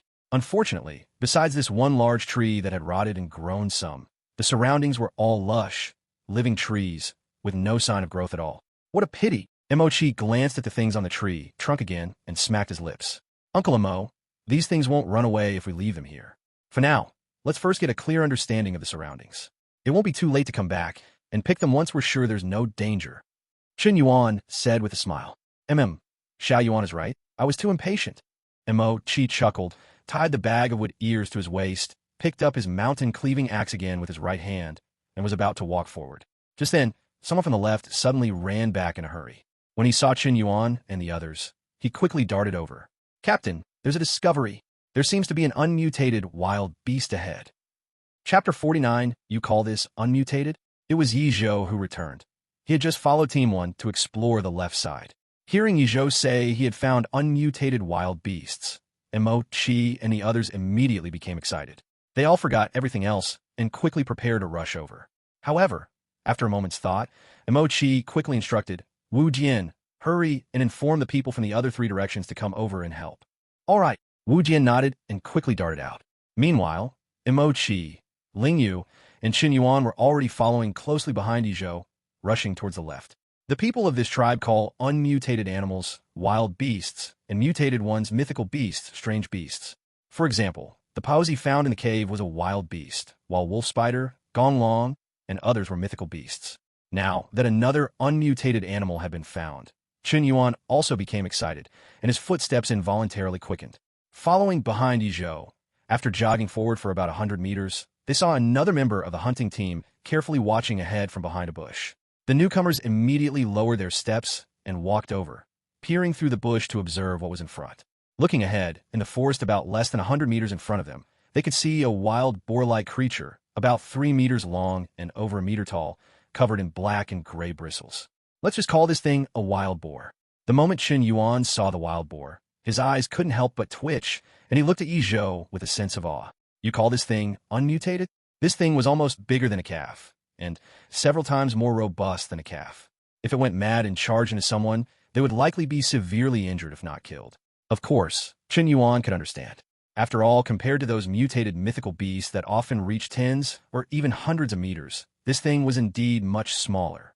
Even so, Chen Yuan couldn't help but complain inwardly. Just then, the large wild boar in front suddenly turned its body and continued to root around in the forest, not knowing what it was digging up to eat. It was this turn of its body that allowed Chen Yuan and the others to discover that beside the large wild boar, there were actually 8 small wild boars, each the size of a piglet. After the large wild boar rooted up the ground, it would let these piglets search for food in the soil, while the large wild boar continued to cultivate new territory. Gulp! Sounds of swallowing echoed one after another. Chen Yuan glanced to both sides and found that Chi, Ling Yu, and everyone else had their eyes fixed on the large wild boar. Although no one spoke, Chen Yuan could tell from their excited, reddened eyes that they were likely screaming one word in their hearts: food. Fortunately, these people were still restrained. Although their breathing had quickened considerably, they still held their patience and waited in place. Chi hadn't spoken, so they couldn't go up. In all outdoor activities, obeying the captain's command was an ironclad rule. Fortunately, they didn't have to wait long.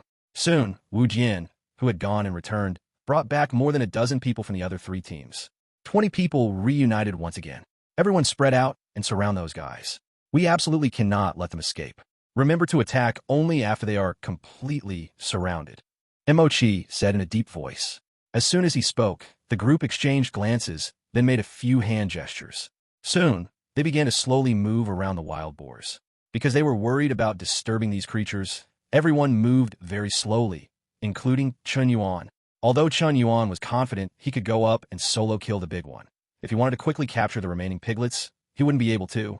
So, he had to wait for the others to get into position before acting.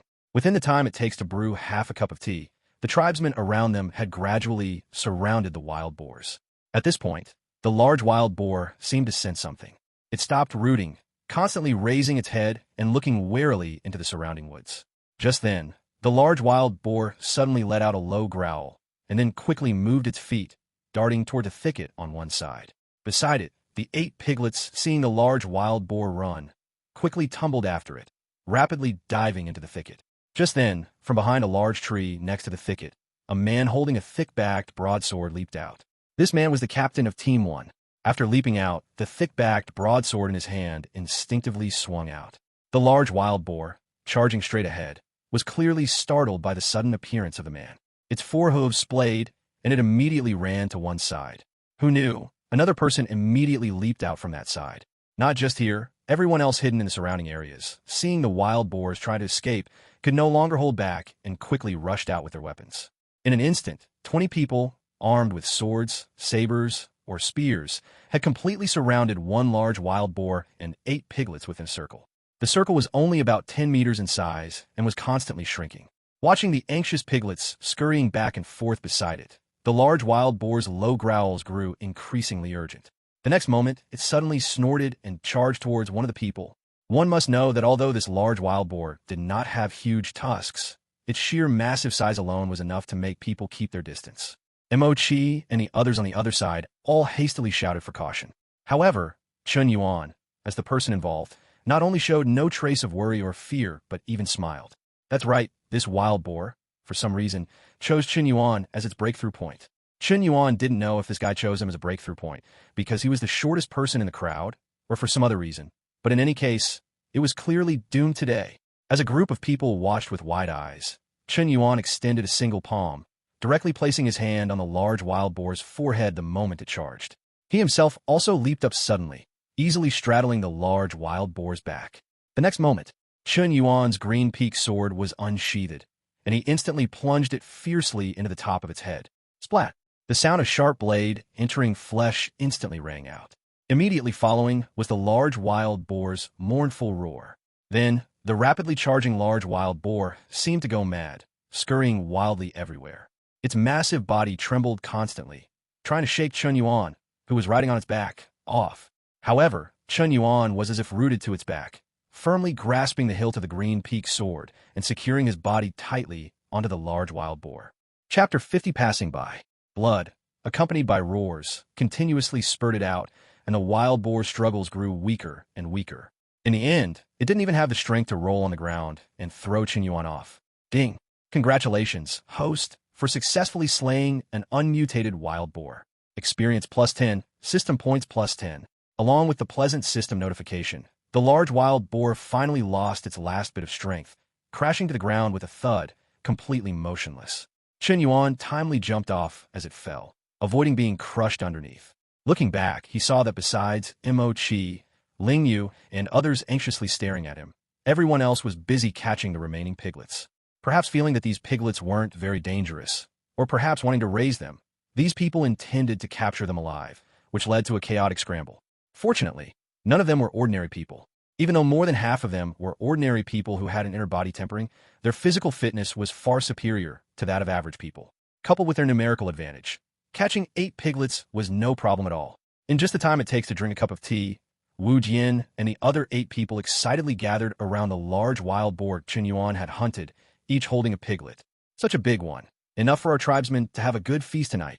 More than one meal. It's enough for tomorrow, too. Having successfully hunted food and discovering that the ground wasn't as dangerous as they imagined, everyone was in a pleasant mood. Especially Chen Yuan, who had just picked wood ear mushrooms and now hunted a wild boar. He had even planned what dishes to eat tonight. Ding! System notification.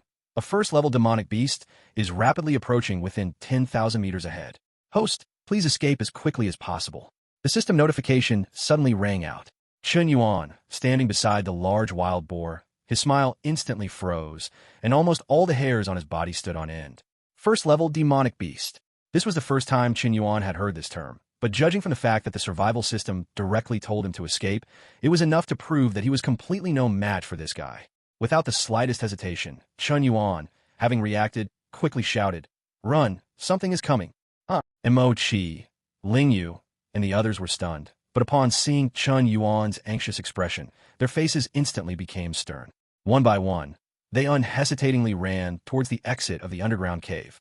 Mo Qi and Ling Yu frantically bent down, wanting to carry the large wild boar, but Chen Yuan snatched it first, carrying the large wild boar and rushing forward. This large wild boar weighed at least 1,000 catties. Even with Chen Yuan's cultivation reaching body tempering 9th level, carrying it while running was slightly strenuous, causing him to gradually fall to the back of the team, where he should have been at the very front. At this moment, Mo Qi and the others at the front were about to turn back to help him, but Chen Yuan directly reprimanded them. "A Yao beast is coming. Go underground quickly, hurry." Yao beast. Mo Qi, Ling Yu, and the others all showed looks of horror. They knew all too well what a Yao beast meant. Back then, there were experts above the Qi condensation realm in the tribe, but those experts were almost completely wiped out after encountering Yao beasts, which led to the Tushan tribe's current predicament. They never expected to encounter a Yao beast on their first hunting trip to the surface. Run! Everyone ran for their lives. No one dared to speak. Wu Jian and the others were so scared that they desperately covered the mouths of the piglets with their hands, not daring to let them make any more squealing noises, fearing they would attract the unknown Yao beast. The only thing that brought everyone comfort was that they were not far from the cave entrance, only about 300 meters away. Bursting out of the dense forest, they immediately saw the cave entrance located halfway up the mountain. Wu Jian was the fastest, carrying a piglet. He was the first to dart in. Following closely were the captain of Team 1, the captain of Squad 2, and Ling Yu, among others. In a flash, 10 people rushed into the cave. However, at this moment, the 10 people still outside the cave suddenly felt a chilling sensation, as if they were being targeted by a terrifying giant beast. Before they could even search for the source of this feeling, a terrifying pressure suddenly came from above their heads. Following, there was a piercing cry that could shatter metal and stone. God! The terrifying sound wave descended, and everyone who was about to climb into the underground cave couldn't bear the pain that seemed to tear their soul apart. Almost everyone instantly covered their ears and squatted on the ground, not even caring about the piglets they held. And those piglets, after falling to the ground, didn't even dare to run. Instead, they lay on the ground with weak legs, not daring to move. "Uncle Mo, hurry and go." Chen Yuan's low shout rang out. During that cry, Chen Yuan was the only one not too greatly affected. Instead, that aura made Chen Yuan feel all the hairs on his body stand on end. Chen Yuan guessed that this was probably related to his own cultivation. After all, the few people left outside, except for Uncle Mo, were all martial artists with little cultivation or who had just entered body tempering first level. Ignoring Uncle Mo and the others, Chen Yuan quickly looked up at the sky. He saw a black the size of a palm rapidly approaching and growing larger in the high sky. At first glance, it was only the size of a palm, but in an instant, it had become the size of a millstone, and as the distance between them continuously closed, it was still rapidly growing larger. And at this moment, that thing was still at least 1,000 meters away from them. From a distance of 1,000 meters, just its cry could render the hunting team utterly helpless. If it got closer, just one cry would probably directly shake them to death by that terrifying sound. How could they fight this? That thing's speed was too fast. In a blink of an eye, it was less than 100 meters away from Chen Yuan and the others. At this moment, Chen Yuan also clearly saw the appearance of the giant beast swooping down. It turned out to be something similar to a white-headed vulture, but it was 100 times larger than a white-headed vulture. Its wingspan alone stretched for 30 to 40 meters, and the aura emanating from its body was terrifying. Chen Yuan knew that against this thing, even he probably wouldn't have any ability to fight back. He could only escape. However, seeing Mo, Qi, and the others, who were sprawled on the ground and had just struggled to their feet, Chen Yuan's expression turned grim again. At this moment, if he escaped, everyone still on the ground would probably die. They wouldn't even have the ability to fight back. He'd risk it. Chen Yuan's eyes hardened. He directly threw the large wild boar corpse from his shoulder to the ground, then took the green peaked sword in his hand and stood directly in front of Mo, Qi, and the others, shielding them behind him. All of this happened in a flash. From the moment the thing cried out and swooped down to Chen Yuan throwing the wild boar and drawing his green peaked sword, everything occurred in a brief instant. Among the remaining 9 people, only Mo, Qi managed to regain consciousness with great difficulty. Before he could even speak, he suddenly saw a bird-like Yao beast larger than a house pressing down, scaring him into instinctively falling to the ground again. However, noticing Chen Yuan standing in front of him, he was so frightened that he quickly rushed towards Chen Yuan, wanting to tackle him to the ground. However, it was too late. That big fellow had already arrived. Chapter 51, Survival. Whoosh! The terrifying strong wind directly knocked down the few people who had just struggled to get up, pressing them back onto the ground. It also blew Mo Qi, who was about to pounce on Chen Yuan, rolling away. Chen Yuan held the green peaked sword, his expression extremely stern. Inside his body, the faint trace of true qi poured into his legs, and he was ready to react at any moment. The next moment, a black shadow whistled past. However, the speed was too fast. Chen Yuan wanted to dodge, but found that he had almost no room to dodge. It's over. Chen Yuan's heart sank, and the next moment, a black shadow suddenly swooped down. Inside the cave, Wu Jian, Ling Yu, and the others watched with their eyes splitting, and each of them couldn't help but exclaim in surprise. However, these people then widened their eyes, their faces full of astonishment. Not only them, but Chen Yuan, who was standing in place, also subconsciously looked down at his body. He was fine. He looked up again, only to find that the giant creature had already flown into the sky again. However, in its sharp claws, it was clutching a 3-meter-long black-haired wild boar. Looking down, the wild boar they had hunted was gone. It turned out that the creature's target was just the wild boar carcass. Chen Yuan breathed a sigh of relief. In that instant, he had truly felt the taste of death approaching. "Let's go," Mo Qi's voice sounded, and he quickly pulled Chen Yuan, who was in a daze. On the other side, the 8 people who had fallen to the ground were also helped up by the others who rushed out of the cave, and they quickly crawled into the cave. Before leaving, the few piglets lying on the ground, not daring to move, were also picked up by everyone and carried inside. Whoosh, whoosh, whoosh. Inside the cave entrance, all 20 people sat leaning against the entrance, panting heavily. Especially Chen Yuan, his entire body was almost drenched in sweat. Damn it, what we risked our lives to get was taken away by that beast just like that. Dunzi, who was sitting on the outermost part of the cave entrance, kept his eyes on the outside of the cave, occasionally cursing a word or two. Perhaps it was because he cursed too much, or for some other reason. But in short, Wu Jian, who was beside him, directly retorted, "If you're not convinced, you can go and hunt that beast back." "You." Dunzi's face instantly flushed red. "Enough." Mo Qi's voice sounded. His face was still a little pale, but he had managed to recover somewhat. He looked at the few people at the cave entrance. They had entered the cave one step earlier, and with the thick earth covering them, they had not suffered much damage when the Yao beast attacked. On the contrary, the few people behind them had blood flowing from their ears and noses, truly injured quite badly. "What do we do now?" Ling Yu's voice sounded, his gaze sweeping over Mo Qi and the 8 people inside the cave whose ears and noses were still stained with blood. "Let's go back. With that thing out there, I'm afraid we won't be able to go out for a while. This time we were lucky. It only caught a prey. What if next time it catches a person?" Mo Qi's tone was a little difficult. Beside him, the others' faces turned ugly upon hearing these words. Oink oink. The sound of the piglets sounded again. These 8 little ones, except for those that had been carried into the cave earlier, were all listless and didn't even grunt. On the contrary, the few that had been carried into the cave earlier occasionally let out an oink or two. Damn it, it must have been the sound of that wild boar earlier that attracted that guy. Wu Jian seemed to have figured something out and suddenly cursed. As soon as these words came out, a group of people glanced at him but didn't speak, also guessing that the reason was probably indeed so. "The tribesmen haven't eaten for a day. If we just go back like this." A burly man spoke up. Chen Yuan remembered this guy. He was the leader of Hunting Squad 1, named Jiangming. As soon as Jiangming spoke, the group fell into silence again. Let alone the tribesmen, Even the members of their hunting team hadn't eaten their fill, and most of the food in the tribe had been given to them to eat. Now, they couldn't bring back enough food, and they could even imagine the disappointed expressions of the tribesmen. In the crowd, Chen Yuan hadn't spoken, only occasionally glancing at everyone, and sometimes even at Mo Chi. Just now outside, at the last moment, Uncle Mo had still pounced on him, wanting to protect him. He had noticed this, but had remained silent. Under Chen Yuan's gaze, Mo Chi, who had been silent, suddenly spoke. "Forget it. With that thing lurking outside, it's too dangerous.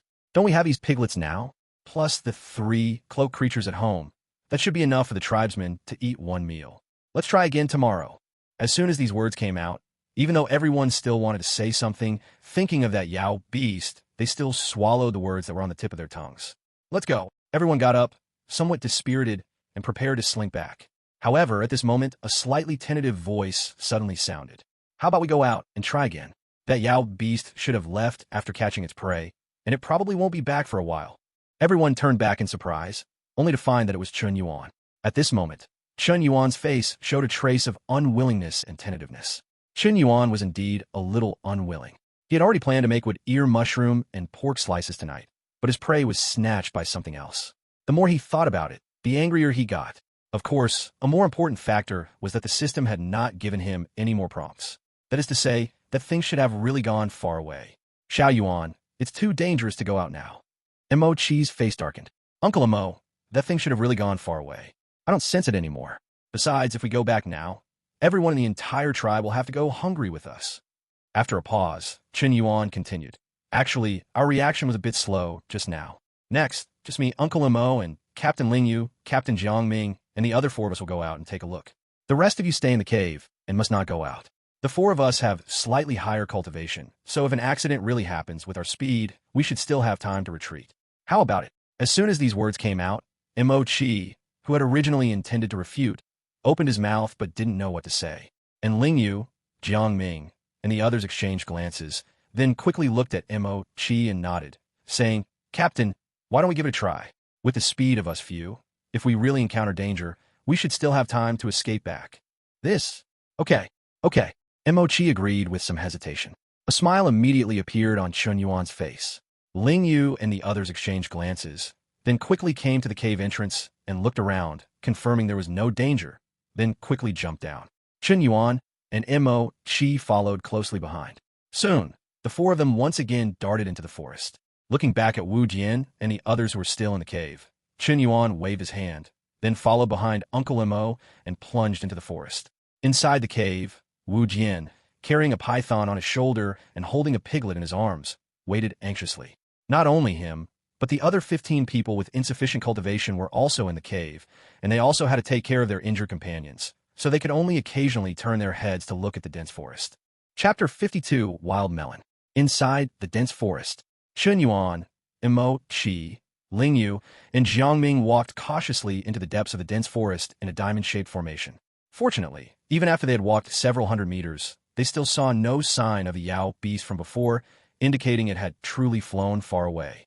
The group felt much more at ease and began to look around, hoping to find new prey to hunt. Soon, the group returned to the spot where the wild boar had been rooting around, but unfortunately, there couldn't be any other prey here. After another look around, they still didn't see any other prey. Instead, Ling Yu caught another 3-meter-long python, which was better than nothing. Chen Yuan didn't dare to venture further out. Otherwise, if the system gave a warning, they might not even have time to escape. There's nothing left. The other beasts nearby were probably scared away by that Yao beast earlier. Mo Chi's helpless voice sounded. "Let's go back. We'll have to make other plans," Mo Chi said with difficulty. Although the others didn't want to go back, they could only nod helplessly and follow. Soon, the group returned to the spot where the wild boar had rooted. Just as they were about to pass by and head straight back, Chen Yuan suddenly left the team and walked towards the messy, rooted ground.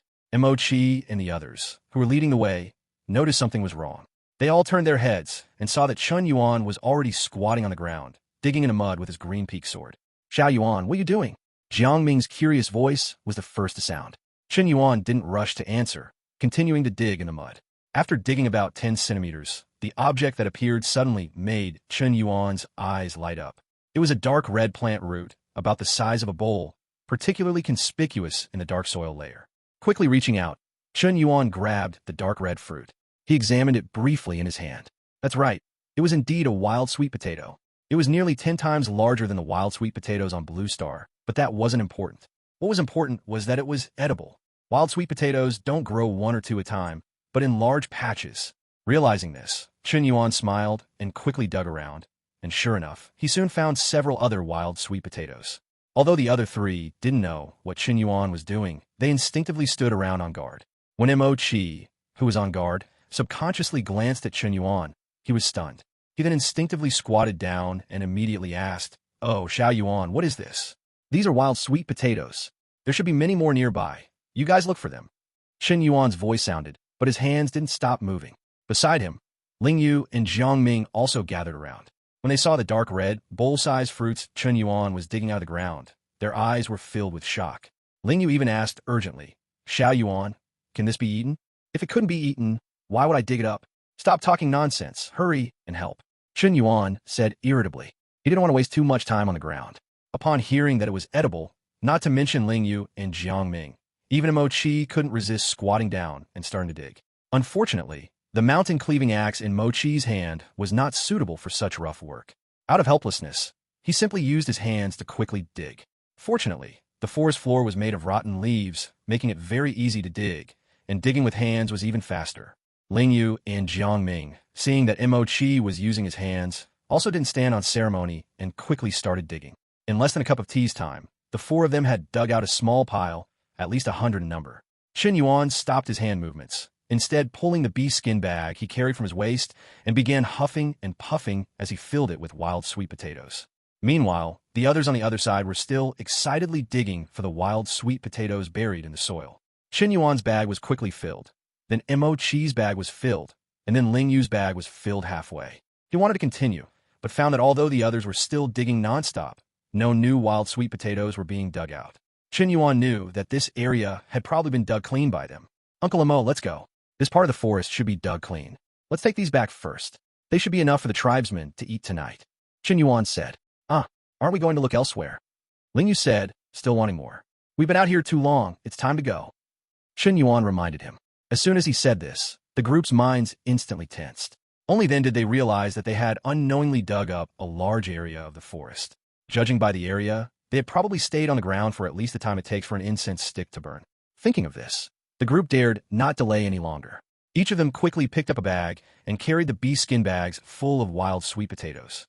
Chen Yuan, on the other hand, picked up the small python they had killed not long ago and thrown on the ground. The group hurried towards the cave entrance. Fortunately, they encountered no other dangers along the way, and the four successfully returned to the cave. Inside the cave, the people who had been disoriented by the Yao beast's cry earlier had completely recovered.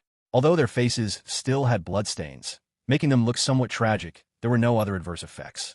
Chen Yuan and the others had been out for almost half an hour and hadn't returned, making the group anxious. When they finally returned, each carrying large bundles, and Chen Yuan, the only one not carrying a bundle, had a large python on him. The eyes of the people in the passage couldn't help but light up. Almost the moment Chen Yuan and the others entered, they anxiously gathered around, staring at the bundles in Mo Chi and the others' hands. "Captain, these are all edibles," Mo Chi replied with a smile. As soon as he said this, even though they had anticipated it, everyone couldn't help but get excited. "All edibles? And there were 3 large bags. Quick, let us see." Wu Jian, Dun Zi, and the others couldn't wait to take the bundles from Mo Chi's hands, place them on the ground, and quickly open them. When they saw the dark red fruits, each the size of a baby's head, they were all stunned. "Captain, are you sure they're edible?" It's no wonder they hesitated. In the impression of these people, anything brightly colored could be poisonous, and these brought back were all dark red, which was truly incredibly vibrant. "These are called wild sweet potatoes, and they are definitely edible."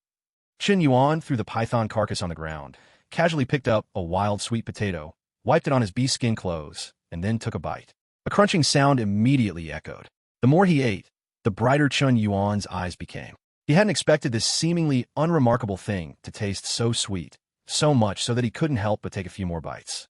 "Is it delicious?" The group looked at Chen Yuan eagerly. "You all try some too," Chen Yuan said indistinctly. Immediately, everyone in the passage stopped being polite. They each picked one up, wiped it lightly, and put it directly into their mouths. Immediately, crunching sounds filled the air.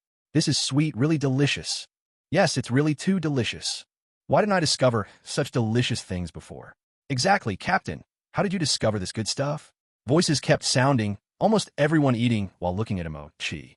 Chapter 53, Roasted Sweet Potatoes. Imo-chi was also holding a wild sweet potato and tasting it when he saw everyone's eyes gather on him. He immediately pointed at Chen Yuan. Xiao Yuan discovered this. Oh, Xiao Yuan, I haven't had a chance to ask you yet. How did you know there was food underground? As soon as he said this, everyone's eyes once again focused on Chen Yuan, with curiosity, inquiry, and even more anticipation. It was also good luck. Do you still remember the first time we entered the forest, how that big wild boar kept digging the ground, and then let those little piglets go up there? At the time, I was guessing that there must be something edible underground, otherwise those guys wouldn't go there. Later, I really couldn't find any prey, so I went to check it out with a try-it-out mentality. Who knew? I actually found these edible things. Chen Yuan explained with a smile. Xiao Yuan's luck is really exaggerated. Wu Jian grinned. Who says it isn't? The first time I came out, I knew this guy had good luck. I didn't expect it to be this good. He can just dig something edible out of the ground.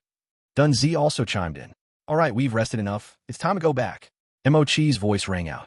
As soon as he said this, everyone excitedly stood up and began to crawl into the underground cave one by one. Before leaving, Chen Yuan conveniently cut a large handful of green grass near the cave entrance to take with him. Mo-chi, on the other hand, took some branches and other things to roughly cover the cave entrance. The journey back was surprisingly smooth. They didn't even see a single small insect, and the group had already returned to the tribe's located cave. As soon as they returned to the cave, Chen Yuan and the others were surrounded by tribesmen who had rushed over upon hearing the news.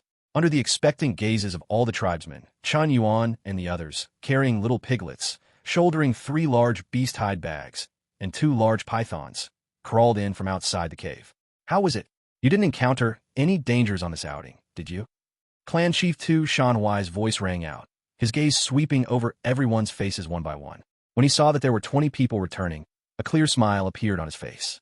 Aside from Yao Beast snatching 1 wild boar prey, we didn't encounter any other dangers, Mo-chi said with a smile. However, as soon as he said this, the scene instantly fell silent. Except for a few tribesmen who didn't know what Yao Beast meant, all the other tribesmen' gazes towards Mo-chi and his team changed. You encountered Yao Beast? Tu Shanhuai's voice changed. It's a long story. I'll tell you slowly later. For now, let's distribute this food to the tribesmen. Everyone is probably hungry. Mo-chi raised the beast-hide bag in his hand. Suddenly, immediately, women from the clan came forward to help take it, placing it aside to clean and prepare dinner. In Tushan, men are generally responsible for going out to hunt and search for food. Those tribesmen who were injured or unable to go out hunting would find other things to do inside the cave, such as excavating the cave or grinding tools, stone pots, stone bowls, and the like. Everyone's division of labor was clear. But this time, as soon as the women untied the beast-hide bags, intending to clean the harvest inside, they all froze. One of the women even subconsciously picked up a wild sweet potato and looked at Captain Mo and the others, asking, Captain Mo, can this be eaten? Not only her, but everyone else also seemed a bit hesitant.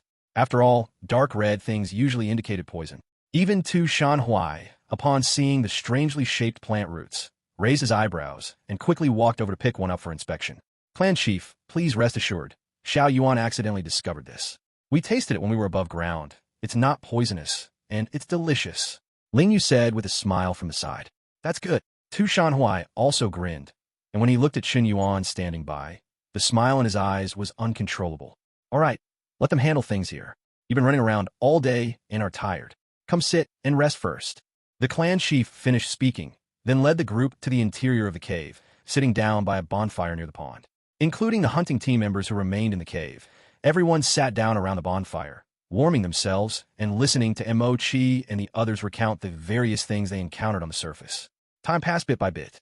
As Mo-chi recounted, Tu Shanhuai and the others gradually learned the entire sequence of events that occurred when they entered the surface this time. When they heard about the towering mountains and ancient trees above, their faces were filled with longing.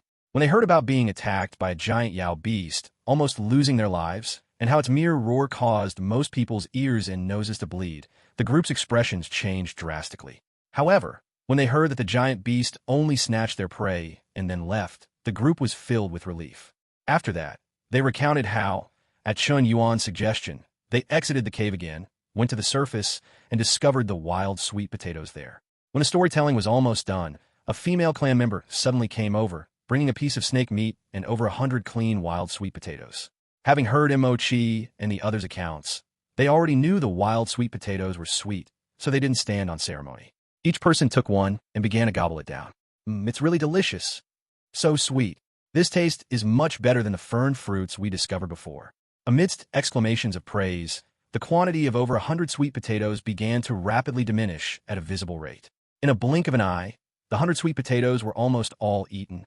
Chen Yuan, having already eaten one earlier, now only took one and slowly gnawed on it, leaving the rest for others. Seeing others still munching on sweet potatoes, he simply took a stick, tied the snake meat to it, and set it over the fire to roast. This was the giant python, over 3 meters long and as thick as an adult's thigh. Although roasting it was slow, the aroma wafted continuously. Just then, a low grunt of a pig suddenly came. Chen Yuan turned his head and saw that it was the tribesmen processing the 8 captured wild piglets. There was no other way. Although Chen Yuan and his team brought back enough provisions, the tribe had too many people. If it were truly divided, it might not be enough to fill everyone's stomachs. So the 8 little piglets, at Tu Shanhuai's instruction, could not escape their fate. Soon, female tribesmen brought over 2 cleaned little piglets. Chapter 54, Chen Yuan's Dilemma. Soon, female tribesmen brought over 2 clean piglets. Wu Jian and the other person took them, ready to roast them over the fire, but noticed the female clan member wasn't in a hurry to leave. Instead, she looked at Mochi and the others with some hesitation and asked, "Captain Mo, where are those black things you brought back?" Chen Yuan, who was focused on roasting snake meat, paused, instantly regaining his senses. "Those are mine. I almost forgot about them. I'll go take a look." Chen Yuan smiled, stood up, and followed the female clan member towards the water pool. The water pool now was different from when they first moved in. When they first arrived, there was only one water pool in the center of this cave. Although it was bottomless, if they used it for all their daily washing, the water quality would eventually deteriorate. Therefore, at Chen Yuan's suggestion, the clan chief ordered the remaining tribesmen to dig 2 smaller water pools beside the large one over the past few days. These 2 small water pools were directly dug out. Tribesmen would fill them with water daily, primarily for washing food and personal hygiene, while the large water pool was used for drinking water. Chen Yuan followed the female clan member to one of the small water pools and saw other tribesmen staring blankly at a small bee skin pouch, seemingly unsure how to handle it. Inside the bee skin pouch was none other than the wood ear mushrooms Chen Yuan had brought down from above. "I'll do it." Chen Yuan walked over, squatted down, and poured all the wood ear mushrooms from the bee skin pouch onto the ground nearby. He then asked someone to get him a large stone pot and began to slowly wash the wood ear mushrooms in the small water pool, removing the wood chips from their roots. On the side, other female tribesmen all stood by curiously, watching. When they realized Chen Yuan's washing method was simple, they couldn't help but offer to help him. Chen Yuan naturally nodded in agreement. So a group of female tribesmen all squatted down beside Chen Yuan and opposite him, beginning to help wash the wood ear mushrooms. However, this instantly made Chen Yuan blush intensely, because these tribesmen didn't wear what he considered pants. At most, they used some short bee skins to barely cover their upper and lower bodies for modesty. As soon as they squatted down, Chen Yuan had an unobstructed view. In his previous life, Chen Yuan had certainly appreciated such sights. If it were a very beautiful little girl, perhaps Chen Yuan might have truly snuck a few glances. However, the group in front of him consisted of disheveled, barely clothed, and rarely washed primitives. That's right, for Chen Yuan, the other people in this tribe were primitives. Chen Yuan truly couldn't appreciate these primitives. Therefore, after realizing something was amiss, Chen Yuan immediately stood up, yielding his spot to the other tribesmen to handle, and he walked to the side to check on the 3 silly paozi. He untied some of the green grass he had brought back, held it in his hand, and offered it to the 3 paozi. Immediately, these 3 little fellows eagerly swarmed around Chen Yuan, starting to tear and chew the green grass in his hand.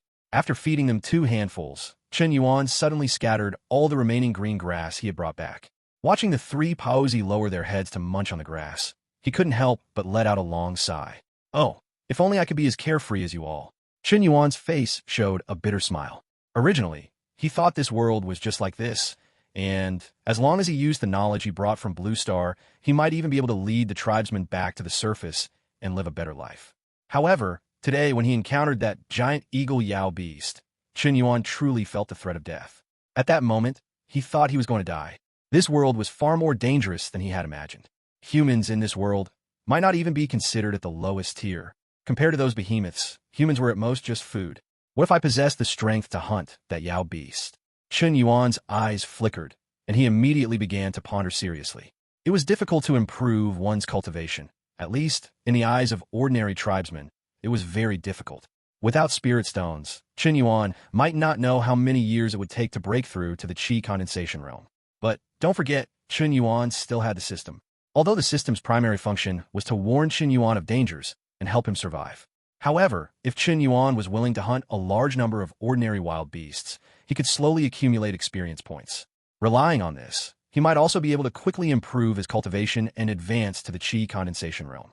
Once Chen Yuan's cultivation reached the qi condensation realm, and with the phantom step movement technique, he might even be able to fight that big fellow.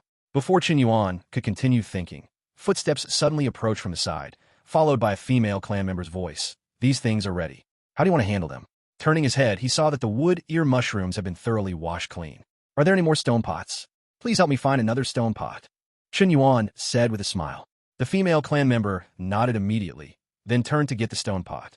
Chen Yuan, meanwhile, carried the stone pot filled with wood ear mushrooms back to the bonfire where Tu Shanhuai and the others were. The snake meat was still being roasted, and the 2 piglets that had been brought over were also skewered, ready to be roasted over the bonfire. Chen Yuan saw this and quickly called for them to stop, asking for one of the piglets. This time, Chen Yuan had brought back so much food. If it weren't for him, everyone would probably go hungry tonight. Therefore, when Chen Yuan wanted a piglet, the group readily agreed and handed it directly to him. Unexpectedly, Chen Yuan not only didn't take it to roast, but instead took the piglet down, pulled out the green peak sword he carried, and quickly began to cut it. Soon, one piglet was divided into 2 portions by Chen Yuan. One portion consisted of thin slices of meat, while the other was large pieces of bone, trotters, and so on. Chen Yuan gave the pig's head to Wu Dian, telling him to continue roasting it. As for the remaining 2 portions, after the female clan member brought over a stone pot, Chen Yuan immediately built a stove next to the bonfire and placed the stone pot on top. Stone pots do not heat up easily, but under the intense burning of a fierce fire, they quickly began to emit scorching high temperatures. Seeing that the temperature was about right, Chen Yuan suddenly poured all the thinly sliced meat from one half into the stone pot, took a spatula he had carved during his free time, and began to stir-fry. As the fierce fire continuously burned, the meat slices quickly changed color and began to seep oil. At the same time, a unique fatty aroma began to emanate from the stone pot. Seeing that the stir-frying was almost done, Chen Yuan turned his head, grabbed a large handful of wood ear mushrooms from the other stone pot, threw them into the pot, and quickly stir-fried them. Immediately, the aroma became even stronger. This smell, it's too fragrant. Xiao Yuan, what are you doing? Is this edible? A series of discussions constantly arose. When Chen Yuan looked up, he realized that dozens of people had surrounded him at some unknown point.